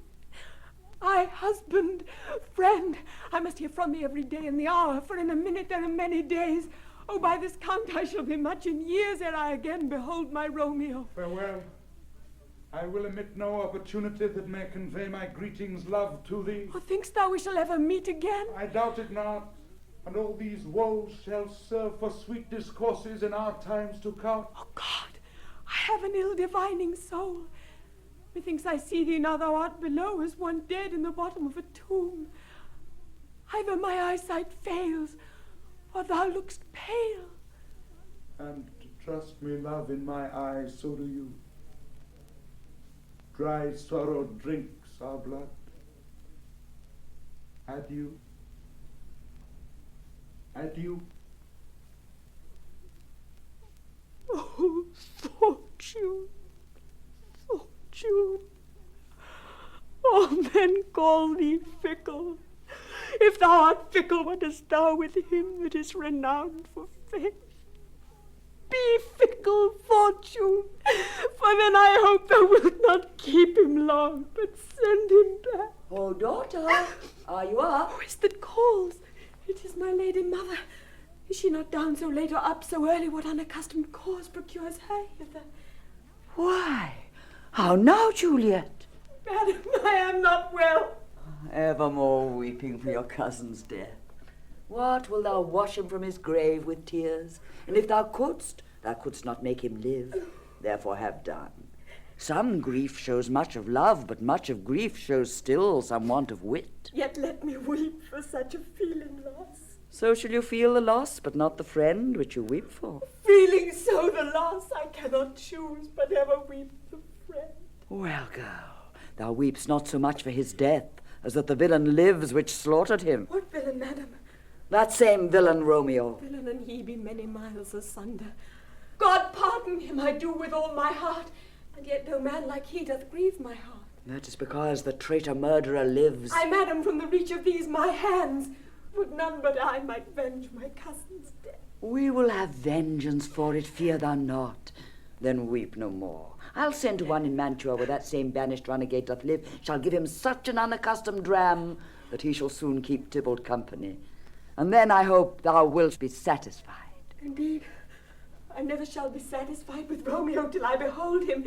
Dead is my poor heart, so for a kinsman vexed. Madam, if you could find out but a man to bear a poison, I would temper it, that Romeo should upon receipt thereof soon sleep in quiet. Oh, how my heart abhors to hear him named and cannot come to him, to wreak the love I bore my cousin upon his body that hath slaughtered him. Find thou the means, and I'll find such a man. But now, I'll tell thee joyful tidings, girl. Joy comes well in such a needed time. What are they, I beseech your ladyship? Well, well, thou hast a careful father, child, one who, to put thee from thy heaviness, hath sorted out a sudden day of joy that thou expectst not, nor I looked not for. Oh, madam, in happy time. What day is that? Marry, my child, early next Thursday morn, the gallant young and noble gentleman, the County Paris, at St. Peter's Church, shall happily make thee there a joyful bride. Now by St. Peter's Church and Peter too, he shall not make me there a joyful bride. I wonder at this haste that I must wed ere he that should be husband comes to woo. I pray you tell my lord and father, madam, I will not marry yet. And when I do, I swear it shall be Romeo, whom you know I hate rather than Paris. These are news indeed. Here comes your father. Tell him so yourself, and see how he will take it at your hands.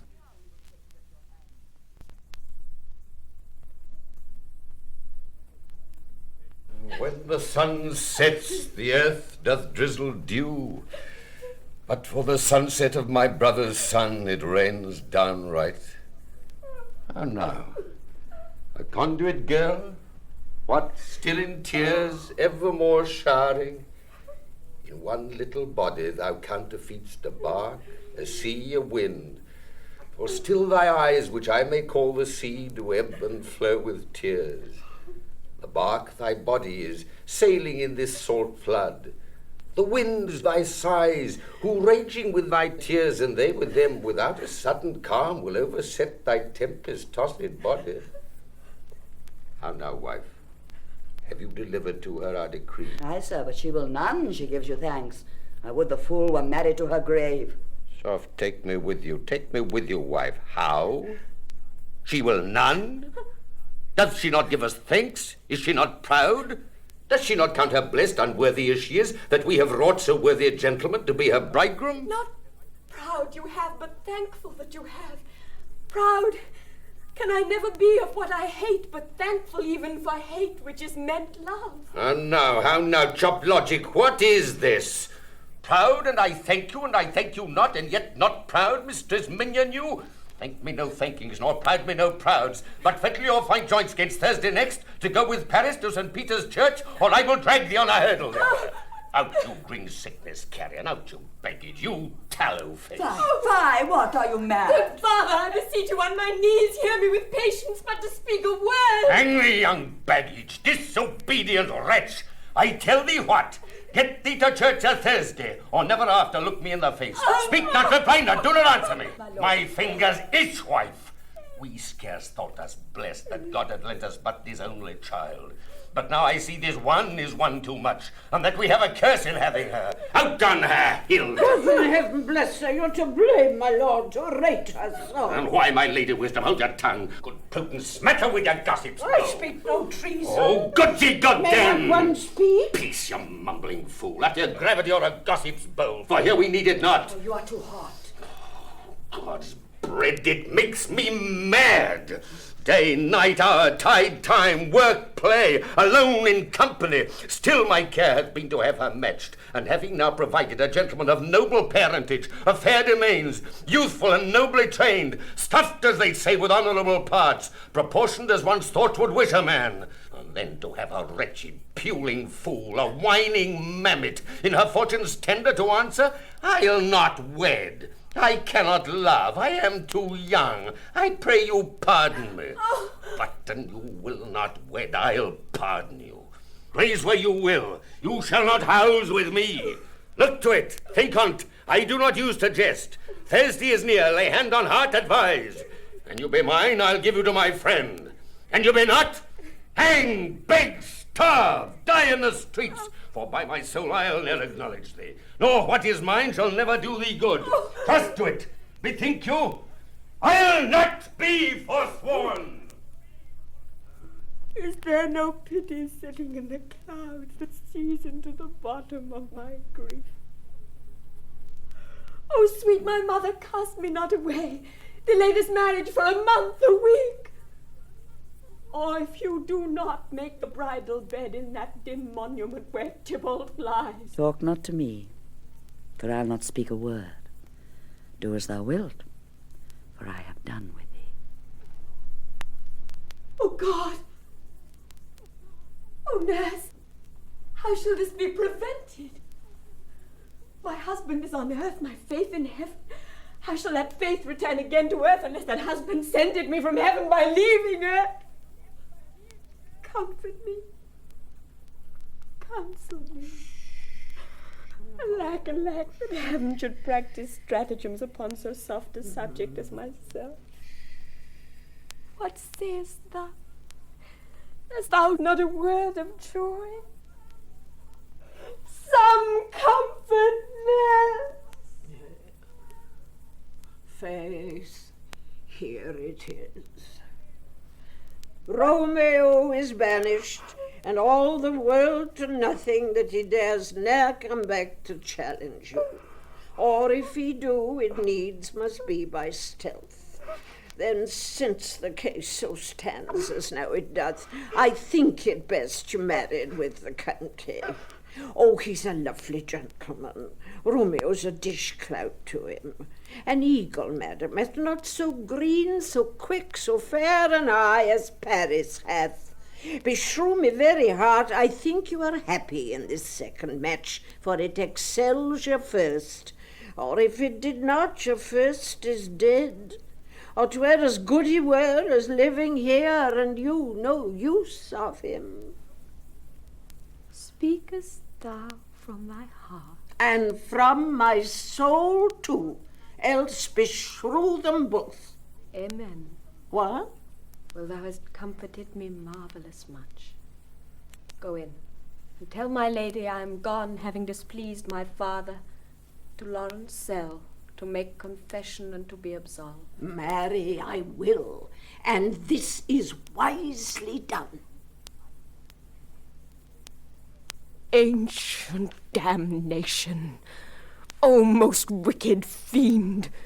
Is it more sin to wish me thus forsworn, or to dispraise my lord with that same tongue which ye hath praised him with above compare so many thousand times? Go, counsellor. Thou and my bosom henceforth shall be twain. I'll to the friar, to know his remedy. If all else fail, myself have power to die.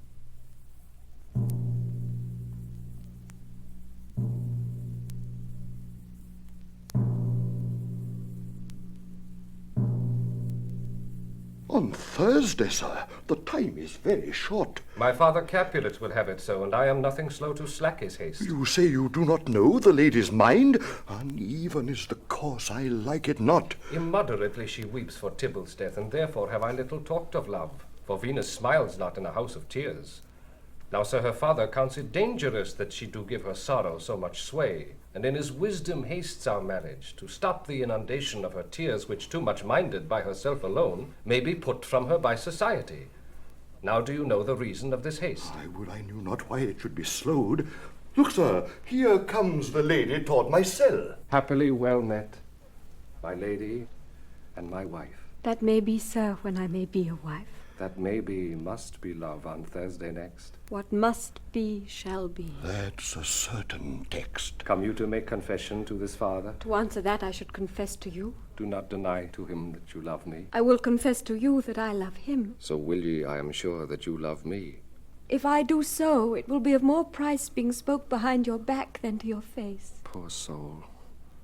Thy face is much abused with tears. Tears have got small victory by that, for it was bad enough before their spite. Thou wrong'st it more than tears by that report. That is no slander, sir, which is a truth, and what I spake it to my face. Thy face is mine, and thou hast slandered it. It may be so, for it is not mine own.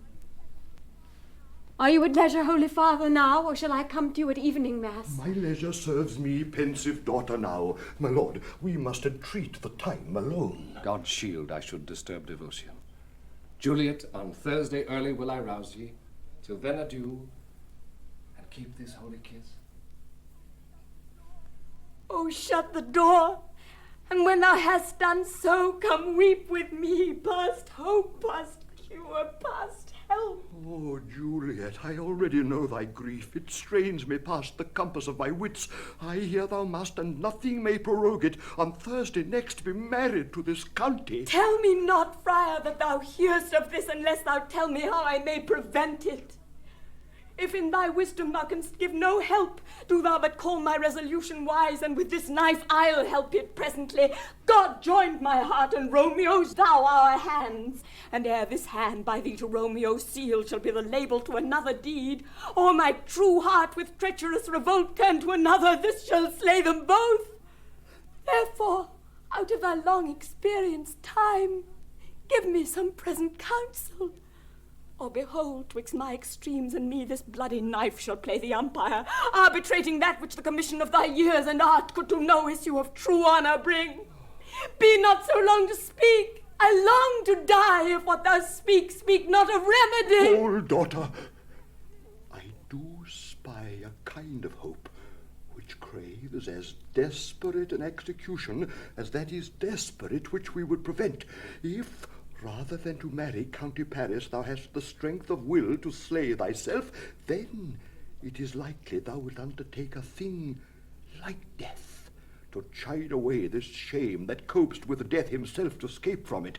And if thou darest, I'll give thee remedy. Oh, bid me leap rather than marry Paris from off the battlements of any tower, or walk in thievish ways, or bid me lurk where serpents are, chain me with roaring bears, or hide me nightly in a charnel house, or covered quite with dead men's rattling bones, with reeky shanks and yellow chapless skulls, or bid me go into a new-made grave and hide me with a dead man in his shroud.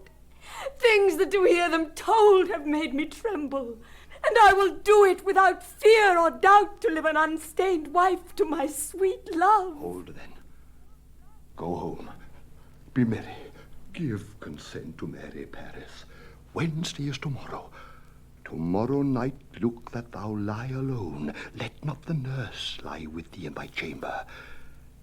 Take thou this vial, being then in bed, and this distilled liquor drink thou off, when presently through all thy veins shall run a cool and drowsy humour, for no pulse shall keep his native progress but surcease, no warmth, no breath shall testify thou livest, the roses in thy lips and cheeks shall fade to many ashes, thy eyes' windows fall like death when he shuts up the day of life. Each part deprived of subtle government shall stiff and stark and cold appear like death. And in this borrowed likeness of shrunk death thou shalt continue 42 hours, and then awake as from a pleasant sleep. Now, when the bridegroom in the morning comes to rouse thee from thy bed, there art thou dead. Then, as the manner of our country is, in thy best robes, uncovered on the bier, thou shalt be borne to that same ancient vault where all the kindred of the Capulets lie. In the meantime, against thou shalt awake, shall Romeo by my letters know our drift, and hither shall he come, and he and I will watch thy waking. And that very night shall Romeo bear thee hence to Mantua, and this shall free thee from this present shame, if no inconstant toy nor womanish fear abate thy valour in the acting it. Give me, oh, tell not me of fear. Hold, get you gone. Be strong and prosperous in this resolve. I'll send a friar with speed to Mantua with my letters to thy lord. Love, give me strength, and strength shall help her forward. Farewell, dear father.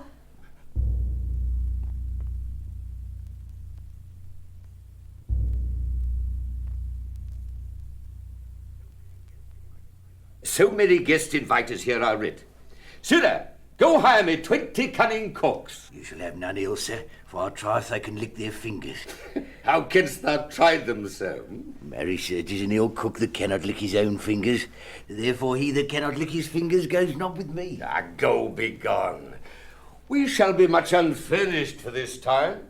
What, is my daughter gone to Friar Lawrence? Aye, forsooth. Well, he may chance to do some good on her. A peevish, self-willed harlotry it is. See where she comes from shrift with merry look. Down now, my headstrong. Where have you been garing, eh? Where I have lent me to repent the sin of disobedient opposition to you and your behests, and am enjoined by holy Lawrence to fall prostrate here to beg your pardon. Pardon, I beseech you. Henceforward I am ever ruled by you. Send for the county. Go tell him of this. I'll have this knot knit up tomorrow morning. I met the youthful lord at Lawrence cell, and gave him what becoming love I might, not stepping o'er the bounds of modesty. Why, I'm glad on't. This is well. Stand up. This is as 'twould be. Let me see the county. I marry, go, I say, and fetch him hither. Ah, now, afore God, this reverend, holy friar, all our whole city is much bound to him. Nurse, will you go with me into my closet? to help me sort such needful ornaments as you think fit to furnish me tomorrow? No, not till Thursday. There is time enough. Go, Ness, go with her. We'll to church tomorrow. We shall be short in our provision. 'Tis now near night. Tash, I will stir about, and all things shall be well, I warrant thee. Wife, go thou to Juliet, help to deck her up. I'll not to bed tonight. Let me alone. I'll play the husband for this once. What ho! They are all forth. Well, I will walk myself to County Paris to prepare him up against tomorrow.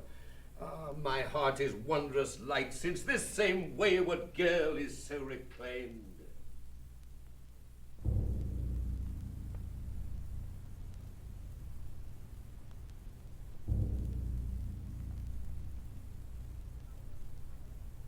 Aye, those attires are best. But, gentle nurse, I prithee leave me to myself tonight. For I have need of many orisons to move the heavens to smile upon my state, which well thou knowest is cross and full of sin. What? Are you busy, ho? Need you my help? No, madam. We've culled such necessaries as are behoveful for our state tomorrow. So please you let me now be left alone, and let the nurse this night sit up with you. For I am sure you have your hands full all in this so sudden business. Good night. Get thee to bed and rest, for thou hast need. Farewell. God knows when we shall meet again. I have a faint cold fear thrills through my veins that almost freezes up the heat of life. I'll call them back again to comfort me. Nurse! What should she do here?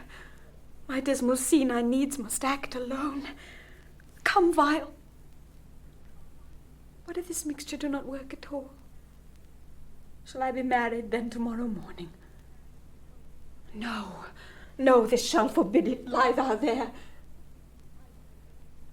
What if it be a poison, which the friar subtly hath ministered to have me dead, lest in this marriage he should be dishonoured, because he married me before to Romeo?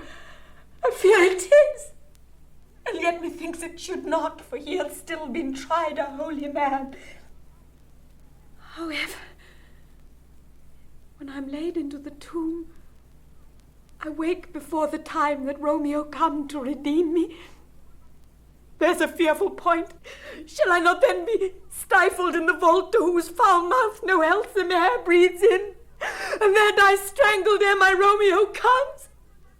Or if I live, is it not very like the horrible conceit of death and night, together with the terror of the place, as in a vault an ancient receptacle, where for these many 100 years the bones of all my buried ancestors are packed, where bloody Tybalt, yet but green in earth, lies festering in his shroud, where, as they say, at some hours of the night, spirits resort.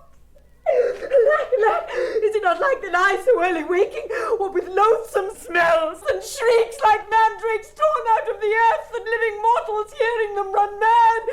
Oh, if I live, shall I not be distraught, environed with all these hideous fears, and madly play with my forefathers' joints, and pluck the mangled Tybalt from his shroud, and in this rage with some great kinsman's bonus with a club dash out my desperate brains? Oh, look! Methinks I see my cousin's ghost, seeking out Romeo that had spit his body upon a rapier's point. Stay, Tybalt, stay! Romeo, come, this do I drink to thee.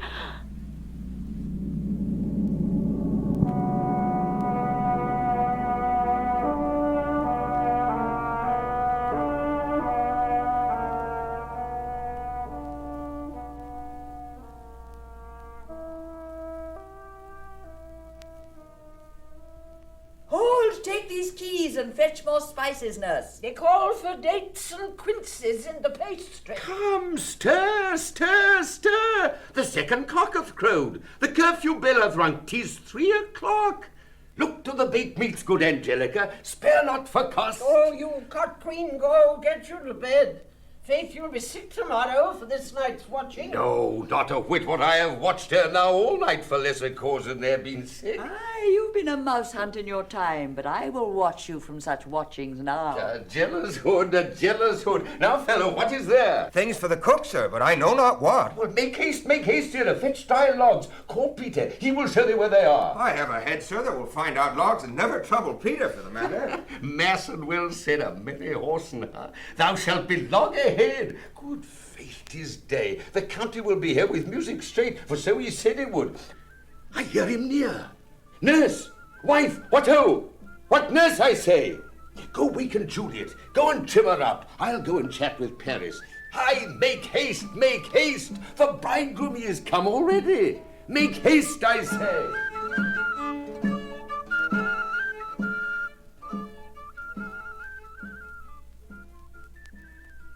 Mistress? What mistress? Juliet? Fast, I warrant her she. Why, lamb? Why, lady? Why, you slug a bed? Why, love, I say. Madam, sweetheart, why, bride? Wasn't a word? You take your pennyworths now, sleep for a week. For the next night, I warrant the County Paris had set up his rest that you should rest but little. God forgive me. Marry and be men, as sound is she asleep.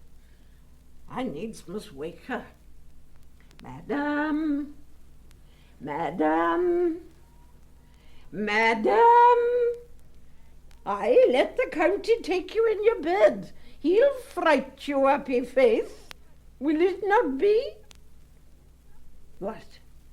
Dressed and in your clothes and down again? I must needs wake you. Lady, lady, lady, oh, alas, alas, help, help, my lady's dead. Oh, well a day that ever I was born. Some aqua vitae, oh, my lord, my lady. What noise is here? Oh, lamentable day. What is the matter? Look, look, oh, heavy day. Oh, me, my child, my only life. Revive, look up, or I will die with thee. Help, help, call help. For shame, bring Juliet forth. Her lord is come. Dead, deceased, she's dead. Alack the day. Alack the day, she's dead, she's dead, she's dead. Let me see her. Alas, she's cold. Her blood is settled and her joints are stiff. Life and these lips have long been separated. Death lies on her like an untimely frost upon the sweetest flower of all the field. Oh, lamentable day. Oh, woeful time. Death that hath ta'en her hence to make me wail ties up my tongue and will not let me speak. Come, is the bride ready to go to church? Ready to go, but never to return. O son, the night before thy wedding day hath death lain with thy wife. There she lies, flower as she was, deflowered by him. Death is my son-in-law, death is my heir. My daughter he hath wedded. I will die and leave him all, life, living, all is death. Have I thought long to see this morning's face, and doth it give me such a sight as this? Cursed, unhappy, wretched, hateful day. Most miserable hour that e'er time saw in lasting labour of his pilgrimage. But one poor and loving child, but one thing to rejoice and solace in, and cruel death hath catched it from my side. Most lamentable day, most woeful day that ever I did yet behold. Oh day, oh day, oh day, oh hateful day, never was seen so black a day as this. Beguiled Beloved, divorced, wronged, spited, slain, most detestable, death by thee beguiled, by cruel thee quite overthrown. O love, O life, not life, but love in death. Despised, distressed, hated, martyred, killed. Uncomfortable time, why camest thou now to murder our solemnity? O child, my soul and not my child, dead art thou, alack, my child is dead, and with my child my joys are buried. Peace, oh, for shame! Confusion's care lives not in these confusions. Heaven and yourself had part in this fair maid. Now heaven hath all, and all the better is it for the maid. Your part in her you could not keep from death, but heaven keeps his part in eternal life. The most you sought was her promotion, but was your heaven she should be advanced. And weep ye now, seeing she is advanced above the clouds, as high as heaven itself. Oh, in this love you love your child so ill that you run mad, seeing that she is well. She's not well married that lives married long, but she's best married that dies married young. Dry up your tears, and stick your rosemary on this fair corse, and, as the custom is, and in her best array, bear her to church. For though fond nature bids us all lament, yet nature's tears are reason's merriment. All things that we ordained festival turn from their office to black funeral. Our instruments to melancholy bells, our wedding cheer to a sad burial feast, our solemn hymns to sullen dirges change. Our bridal flowers serve for a buried corse, and all things change them to the contrary. Sir, go you in, and madam, go with him, and go, Sir Paris, every one prepare to follow this fair course unto her grave. The heavens do lour upon you for some ill, move them no more by crossing their high will. Faith, we may put up our pipes and be gone. Honest good fellows, put up. For well you know, this is a pitiful case. By me troth, the case may be amended. Musicians! Oh, musicians! Heartsease! Oh, and you will have me live, play Heartsease! Aye, Heartsease. Oh, musicians, because my heart itself plays, my heart is full. Oh, play me some merry dump to comfort me. Not a dump, we. 'Tis no time to play now. You will not, then? No. I will then give it you soundly. What will you give us? No money on my faith but the gleek. I will give you the minstrel. Then I will give you the serving creature. Then will I lay the serving creature's dagger on your pate. I will carry no crotches, I'll ray you, I'll fire you, do you note me? And you ray us and fire us, you note us. Pray, put up your dagger and put out your wit. Then have at you with my wit. I will dry beat you with an iron wit, and put up my iron dagger. Answer me like men. When griping griefs the heart doth wound, then music with her silver sound. Ah, why silver sound? Why music with her silver sound? What say you, Simon Catling? Marry, sir, because silver hath a sweet sound. Prate, what say you, Hugh Rebick? I say silver sound because musicians sound for silver. Prates too. What say you, James Soundpost? I don't know what to say. Oh, I cry you mercy, you are the singer. I will say for you, it is music with her silver sound, because musicians have no gold for sounding. Then music with her silver sound, with speedy help doth lend redress. What a pestilent knave is this saying? Hang him, Jack. Come, we'll in here, tarry for the mourners and stay dinner.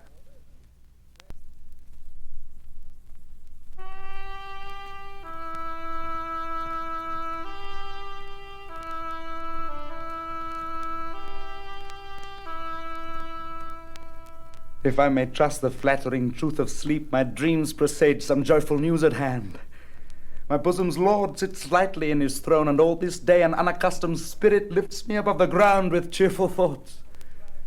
I dreamt my lady came and found me dead, strange dream that gives a dead man leave to think, and breathed such life with kisses in my lips that I revived them as an emperor. Ah, me, how sweet is love itself possessed, when but love's shadows are so rich in joy. News from Verona, how now, Balthazar? Dost thou not bring me letters from the friar? How doth my lady? Is my father well? How fares my Juliet? That I ask again, for nothing can be ill if she be well. Then she is well, and nothing can be ill. Her body sleeps in Capel's monument, and her immortal part with angels lives. I saw her laid low in her kindred's vault, and presently took post to tell it you. Oh, pardon me for bringing these ill news, since you did leave it for my office, sir. Is it e'en so? Then I defy you, stars!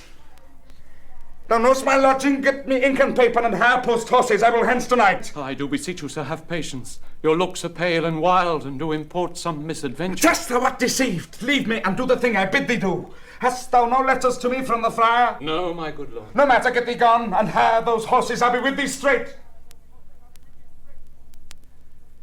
Well, Juliet, I will lie with thee tonight. Let's see for means. Oh, mischief, thou art swift to enter in the thoughts of desperate men. I do remember an apothecary, and hereabouts dwells, which late I noted in tattered weeds with overwhelming brows, culling of simples. Meagre were his looks. Sharp misery had worn him to the bones, and in his needy shop a tortoise hung, an alligator stuffed, and other skins of ill-shaped fishes, and about his shelves a beggarly account of empty boxes, green earthen pots, bladders and musty seeds, remnants of pack thread and old cakes of roses were thinly scattered to make up a show. Noting this penury, to myself I said, and if a man did need a poison now whose sale is present death in Mantua, here lives a caitiff wretch would sell it him. Oh, this same thought did but forerun my need, and this same needy man must sell it me. As I remember, this should be the house. Being holy day, the beggar's shop is shut. What, ho! Apothecary! Who calls so loud? Come hither, man. I see that thou art poor. Hold. There is 40 ducats. Let me have a dram of poison, such soon speeding gear as will disperse itself through all the veins, that the life-weary taker may fall dead, and that the trunk may be discharged of breath as violently as hasty powder fired doth hurry from the fatal cannon's womb. Such mortal drugs I have, but Mantua's law is death to any he that utters them. Art thou so bare and full of wretchedness, and fearst to die? Famine is in thy cheeks, need and depression starveth in thy eyes, contempt and beggary hangs upon thy back. The world is not thy friend, nor the world's law. The world affords no law to make thee rich. Then be not poor, but break it and take this. My poverty, but not my will, consent. I pay thy poverty and not thy will. Put this in any liquid thing you will, and drink it off, and if you had the strength of 20 men, it would dispatch you straight. There is thy gold. Worse poison to men's souls, doing more murder in this loathsome world than these poor compounds that thou mayst not sell. I sell thee poison, thou hast sold me none. Farewell. Buy food, and get thyself in flesh. Come, cordial, and not poison. Go with me to Juliet's grave, for there must I use thee.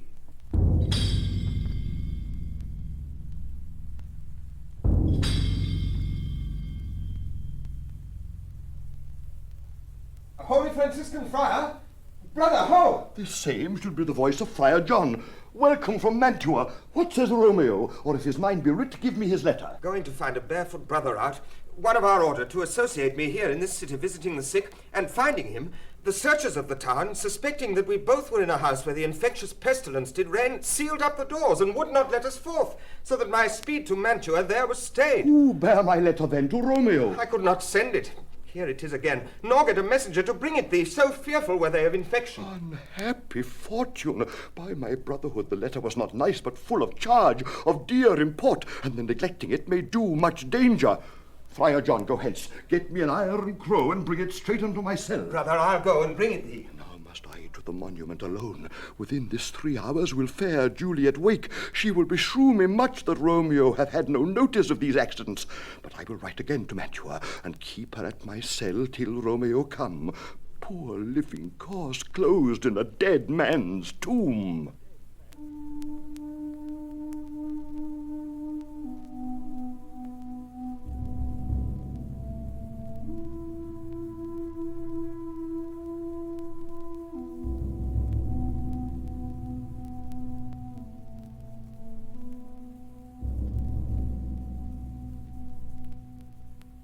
Give me thy torch, boy. Hence and stand aloof. Yet put it out, for I would not be seen. Under yon yew trees lay thee all along, holding thine ear close to the hollow ground. So shall no foot upon the churchyard tread, being loose, unfirm with digging up of graves. But thou shalt hear it. Whistle then to me a signal that thou hearest something approach. Give me those flowers. Do as I bid thee. Go. I'm almost afraid to stand alone here in the churchyard, yet I will adventure. Sweet flower, with flowers thy bridal bed I strew. Oh, woe, thy canopy is dust and stones, which with sweet water nightly I will dew, or wanting that, with tears distilled by moans. The obsequies that I for thee will keep, nightly shall be to strew thy grave, and weep. My lord! The boy gives warning, something doth approach. What cursed foot wanders this way tonight, to cross my obsequies and true love's right? What? With a torch? Muffle me night a while. Give me that mattock and the wrenching iron. Hold. Take this letter.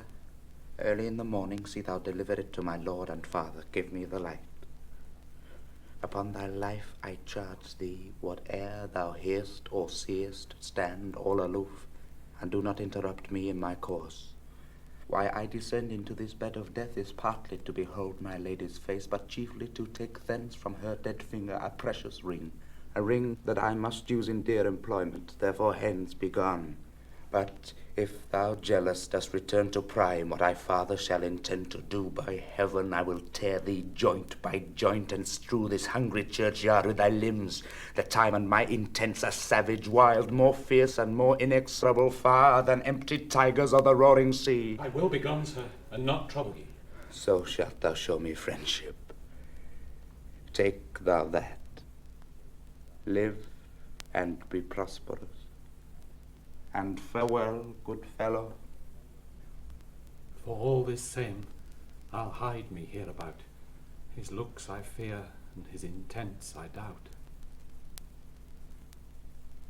Thou detestable maw, thou womb of death, gorged with the dearest morsel of the earth. Thus I enforce thy rotten jaws to open, and in despite I'll cram thee with more food. This is that banished haughty Montague that murdered my love's cousin, with which grief it is supposed the fair creature died, and here is come to do some villainous shame to the dead bodies. I will apprehend him. Stop thy unhallowed toil, vile Montague! Can vengeance be pursued further than death? Condemned villain, I do apprehend thee. Obey and go with me, for thou must die. I must indeed, and therefore came I hither. Good gentle youth, tempt not a desperate man. Fly hence and leave me. Think upon these, go and let them affright thee.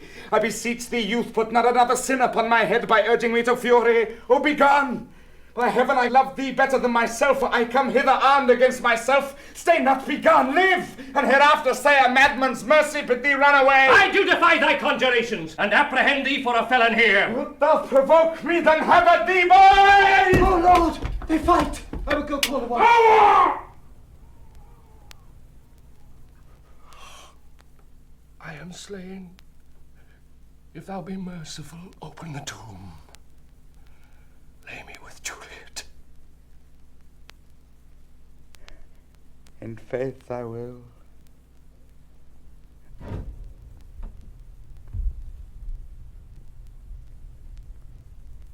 Let me peruse this phase. Mercutio's kinsman, noble County Paris. What said my man when my betossed soul did not attend him as we rode? I think he told me Paris should have married Juliet. Said he not so? Or did I dream it so? Or am I mad, hearing him talk of Juliet, to think it was so? Oh, give me thy hand, one writ with me in sour misfortune's book. I'll bury thee in a triumphant grave.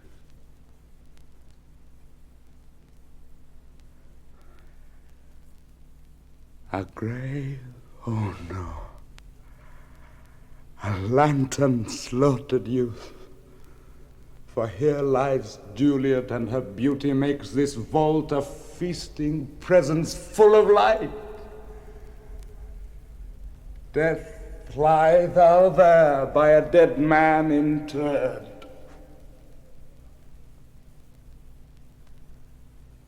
How oft, when men are at the point of death, have they been merry, which their keepers call a lightning before death.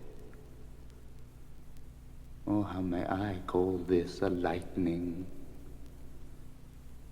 Oh, my love, my wife, death that hath sucked the honey of thy breath hath had no power yet upon thy beauty. Thou art not conquered. Beauty's ensign yet is crimson in thy lips and in thy cheeks, and death's pale flag is not advanced there. Tybalt, liest thou there in thy bloody sheet? Oh, what more favor can I do to thee than with that hand that cut thy youth in twain to sunder his that was thine enemy? Forgive me, cousin. Ah, dear Juliet, why art thou yet so fair? Shall I believe that unsubstantial death is amorous, and that the lean, abhorred monster keeps thee here in dark to be his paramour? For fear of that, I still will stay with thee, and never from this palace of dim night depart again. Here will I remain with worms that are thy chambermaids. Oh, here will I set up my everlasting rest, and shake the yoke of inauspicious stars from this world-wearied flesh. Eyes, look your last. Arms, take your last embrace. And lips, O you, the doors of breath, seal with a righteous kiss a dateless bargain to engrossing death. Come, bitter conduct, come, unsavory guide, thou desperate pilot, now at once run on the dashing rocks thy seasick weary bark. Here's to my love. Oh, true apothecary, thy drugs are quick. Thus, with a kiss, I die. St. Francis be my speed! How often night have my old feet stumbled at graves? Who's there? Here's one, her friend, and one that knows you well. Bliss be upon you. Tell me, my good friend, what torch is yon that vainly lends his light to grubs and eyeless skulls, as I discern it burneth in the Capel's monument? It doth so, holy sir, and there's my master, one that you love. Who is it? Romeo. How long hath he been there? Full half an hour. Go with me to the vault. I dare not, sir. My master knows not, but I am gone hence, and fearfully did menace me with death if I did stay to look on his intents. Stay, then I'll go alone. Fear comes upon me. Oh, much I fear some ill, unthrifty thing. As I did sleep under this yew tree here, I dreamt my master in another fort, and that my master slew him. Romeo! Alack, alack! What blood is this which stains the stony entrance of this sepulchre? What mean these masterless and gory sores to lie discoloured by this place of peace? Romeo! Oh, pale! Who else? What? Paris, too, and steeped in blood. Oh, what an unkind hour is guilty of this lamentable chance. The lady stirs. Oh, comfortable friar, where is my lord? I do remember well where I should be, and here I am. Where is my Romeo? I hear some noise. Lady, come from that nest of death, contagion, and unnatural sleep. A greater power than we can contradict hath thwarted our intents. Come, come away. Thy husband in thy bosom there lies dead, and Paris too. Come, I'll dispose of thee among a sisterhood of holy nuns. Stay not to question, for the watch is coming. Come, go, good Juliet. I dare no longer stay. Go get thee hence, for I will not away. What's here? A cup, closed in my true love's hand. Poison I see hath been his timeless end. Oh, chill, drunk all, and left no friendly drop to help me after. I will kiss thy lips. Haply some poison yet doth hang on them, to make me die with a restorative. Thy lips are warm. Lead, boy, which way? A noise. Then I'll be brief. Oh, happy dagger, this is thy sheath, fair rust.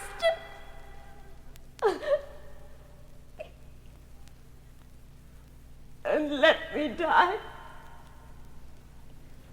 This is the place. There, where the torch doth burn. The ground is bloody. Search about the churchyard. Go, some of you, where you find a tatch. Pitiful sight. Here lies the county slain, and Juliet bleeding, warm and newly dead, who here hath lain this 2 days buried. Go tell the prince. Run to the Capulets. Raise up the Montagues. Some other search.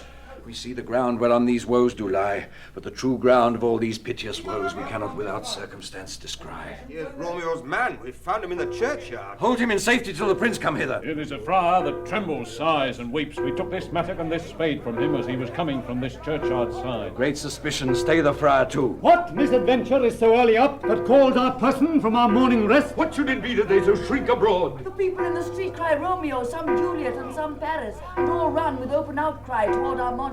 What fear is this which startles in our ears? Sovereign, here lies the county Paris slain, and Romeo dead, and Juliet dead before, warm and you killed. Search, seek, and know how this foul murder comes. Here is a friar and slaughtered Romeo's man, with instruments upon them fit to open these dead men's tombs. Oh, heavens! Oh, wife, look how our daughter bleeds.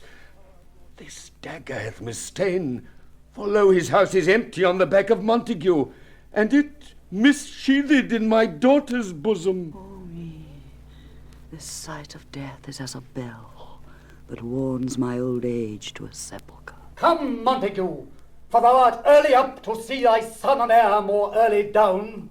Alas, my liege, my wife is dead tonight. grief of my son's exile hath stopped her breath. What further woe conspires against mine age? Look, and thou shalt see. Oh, thou untaught,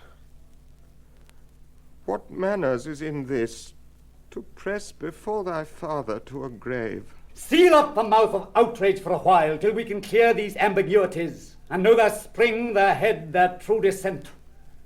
And then will I be general of your woes, and lead you even to death. Meantime forbear, and let mischance be slave to patience. Bring forth the parties of suspicion. I am the greatest, able to do least, yet most suspected, as the time and place doth make against me of this direful murder. And here I stand, both to impeach and purge, myself condemned and myself excused. Then say at once what thou dost know in this. I will be brief, for my short date of breath is not so long as is a tedious tale. Romeo, there dead, was husband to that Juliet, and she, there dead, that Romeo's faithful wife. I married them, and their stolen marriage day was Tybalt's doomsday, whose untimely death banished the new-made bridegroom from the city, for whom, and not for Tybalt, Juliet pined. You, to remove that siege of grief from her, betrothed, and would have married her perforce to county Paris. Then comes she to me, and with wild looks bid me devise some mean to rid her from this second marriage, or in my cell there would she kill herself.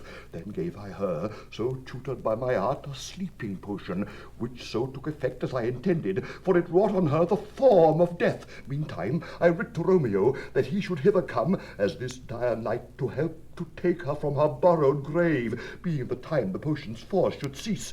But he which bore my letter, Friar John, was stayed by accident, and yesternight returned my letter back. Then, all alone, at the prefixed hour of her waking, came I to take her from her kindred's vault, meaning to keep her closely at my cell, till I conveniently could send to Romeo. But when I came, some minute ere the time of her awaking, here untimely lay the noble Paris and true Romeo dead.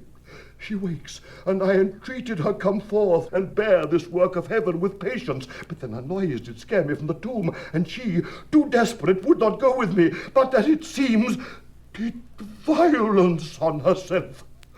All this I know, and to the marriage her nurse is privy, and if aught in this miscarried by my fault, let my old life be sacrificed some hour before his time unto the rigour of severest law. We still have known thee for a holy man. Where's Romeo's man? What can he say to this? I brought my master news of Juliet's death, and then in post he came from Mantua to this same place, to this same monument. This letter he early bid me give his father, and threatened me with death, going in the vault if I departed not and left him there. Give me the letter, I will look on it. Where is the countess page that raised the watch? Sirrah, what made your master in this place? He came with flowers to strew his lady's grave, and bid me stand aloof, and so I did. Anon comes one with light to ope the tomb, and by my master drew on him. Then I ran away to call the watch. This letter doth make good the friar's words, the course of love, the tidings of her death.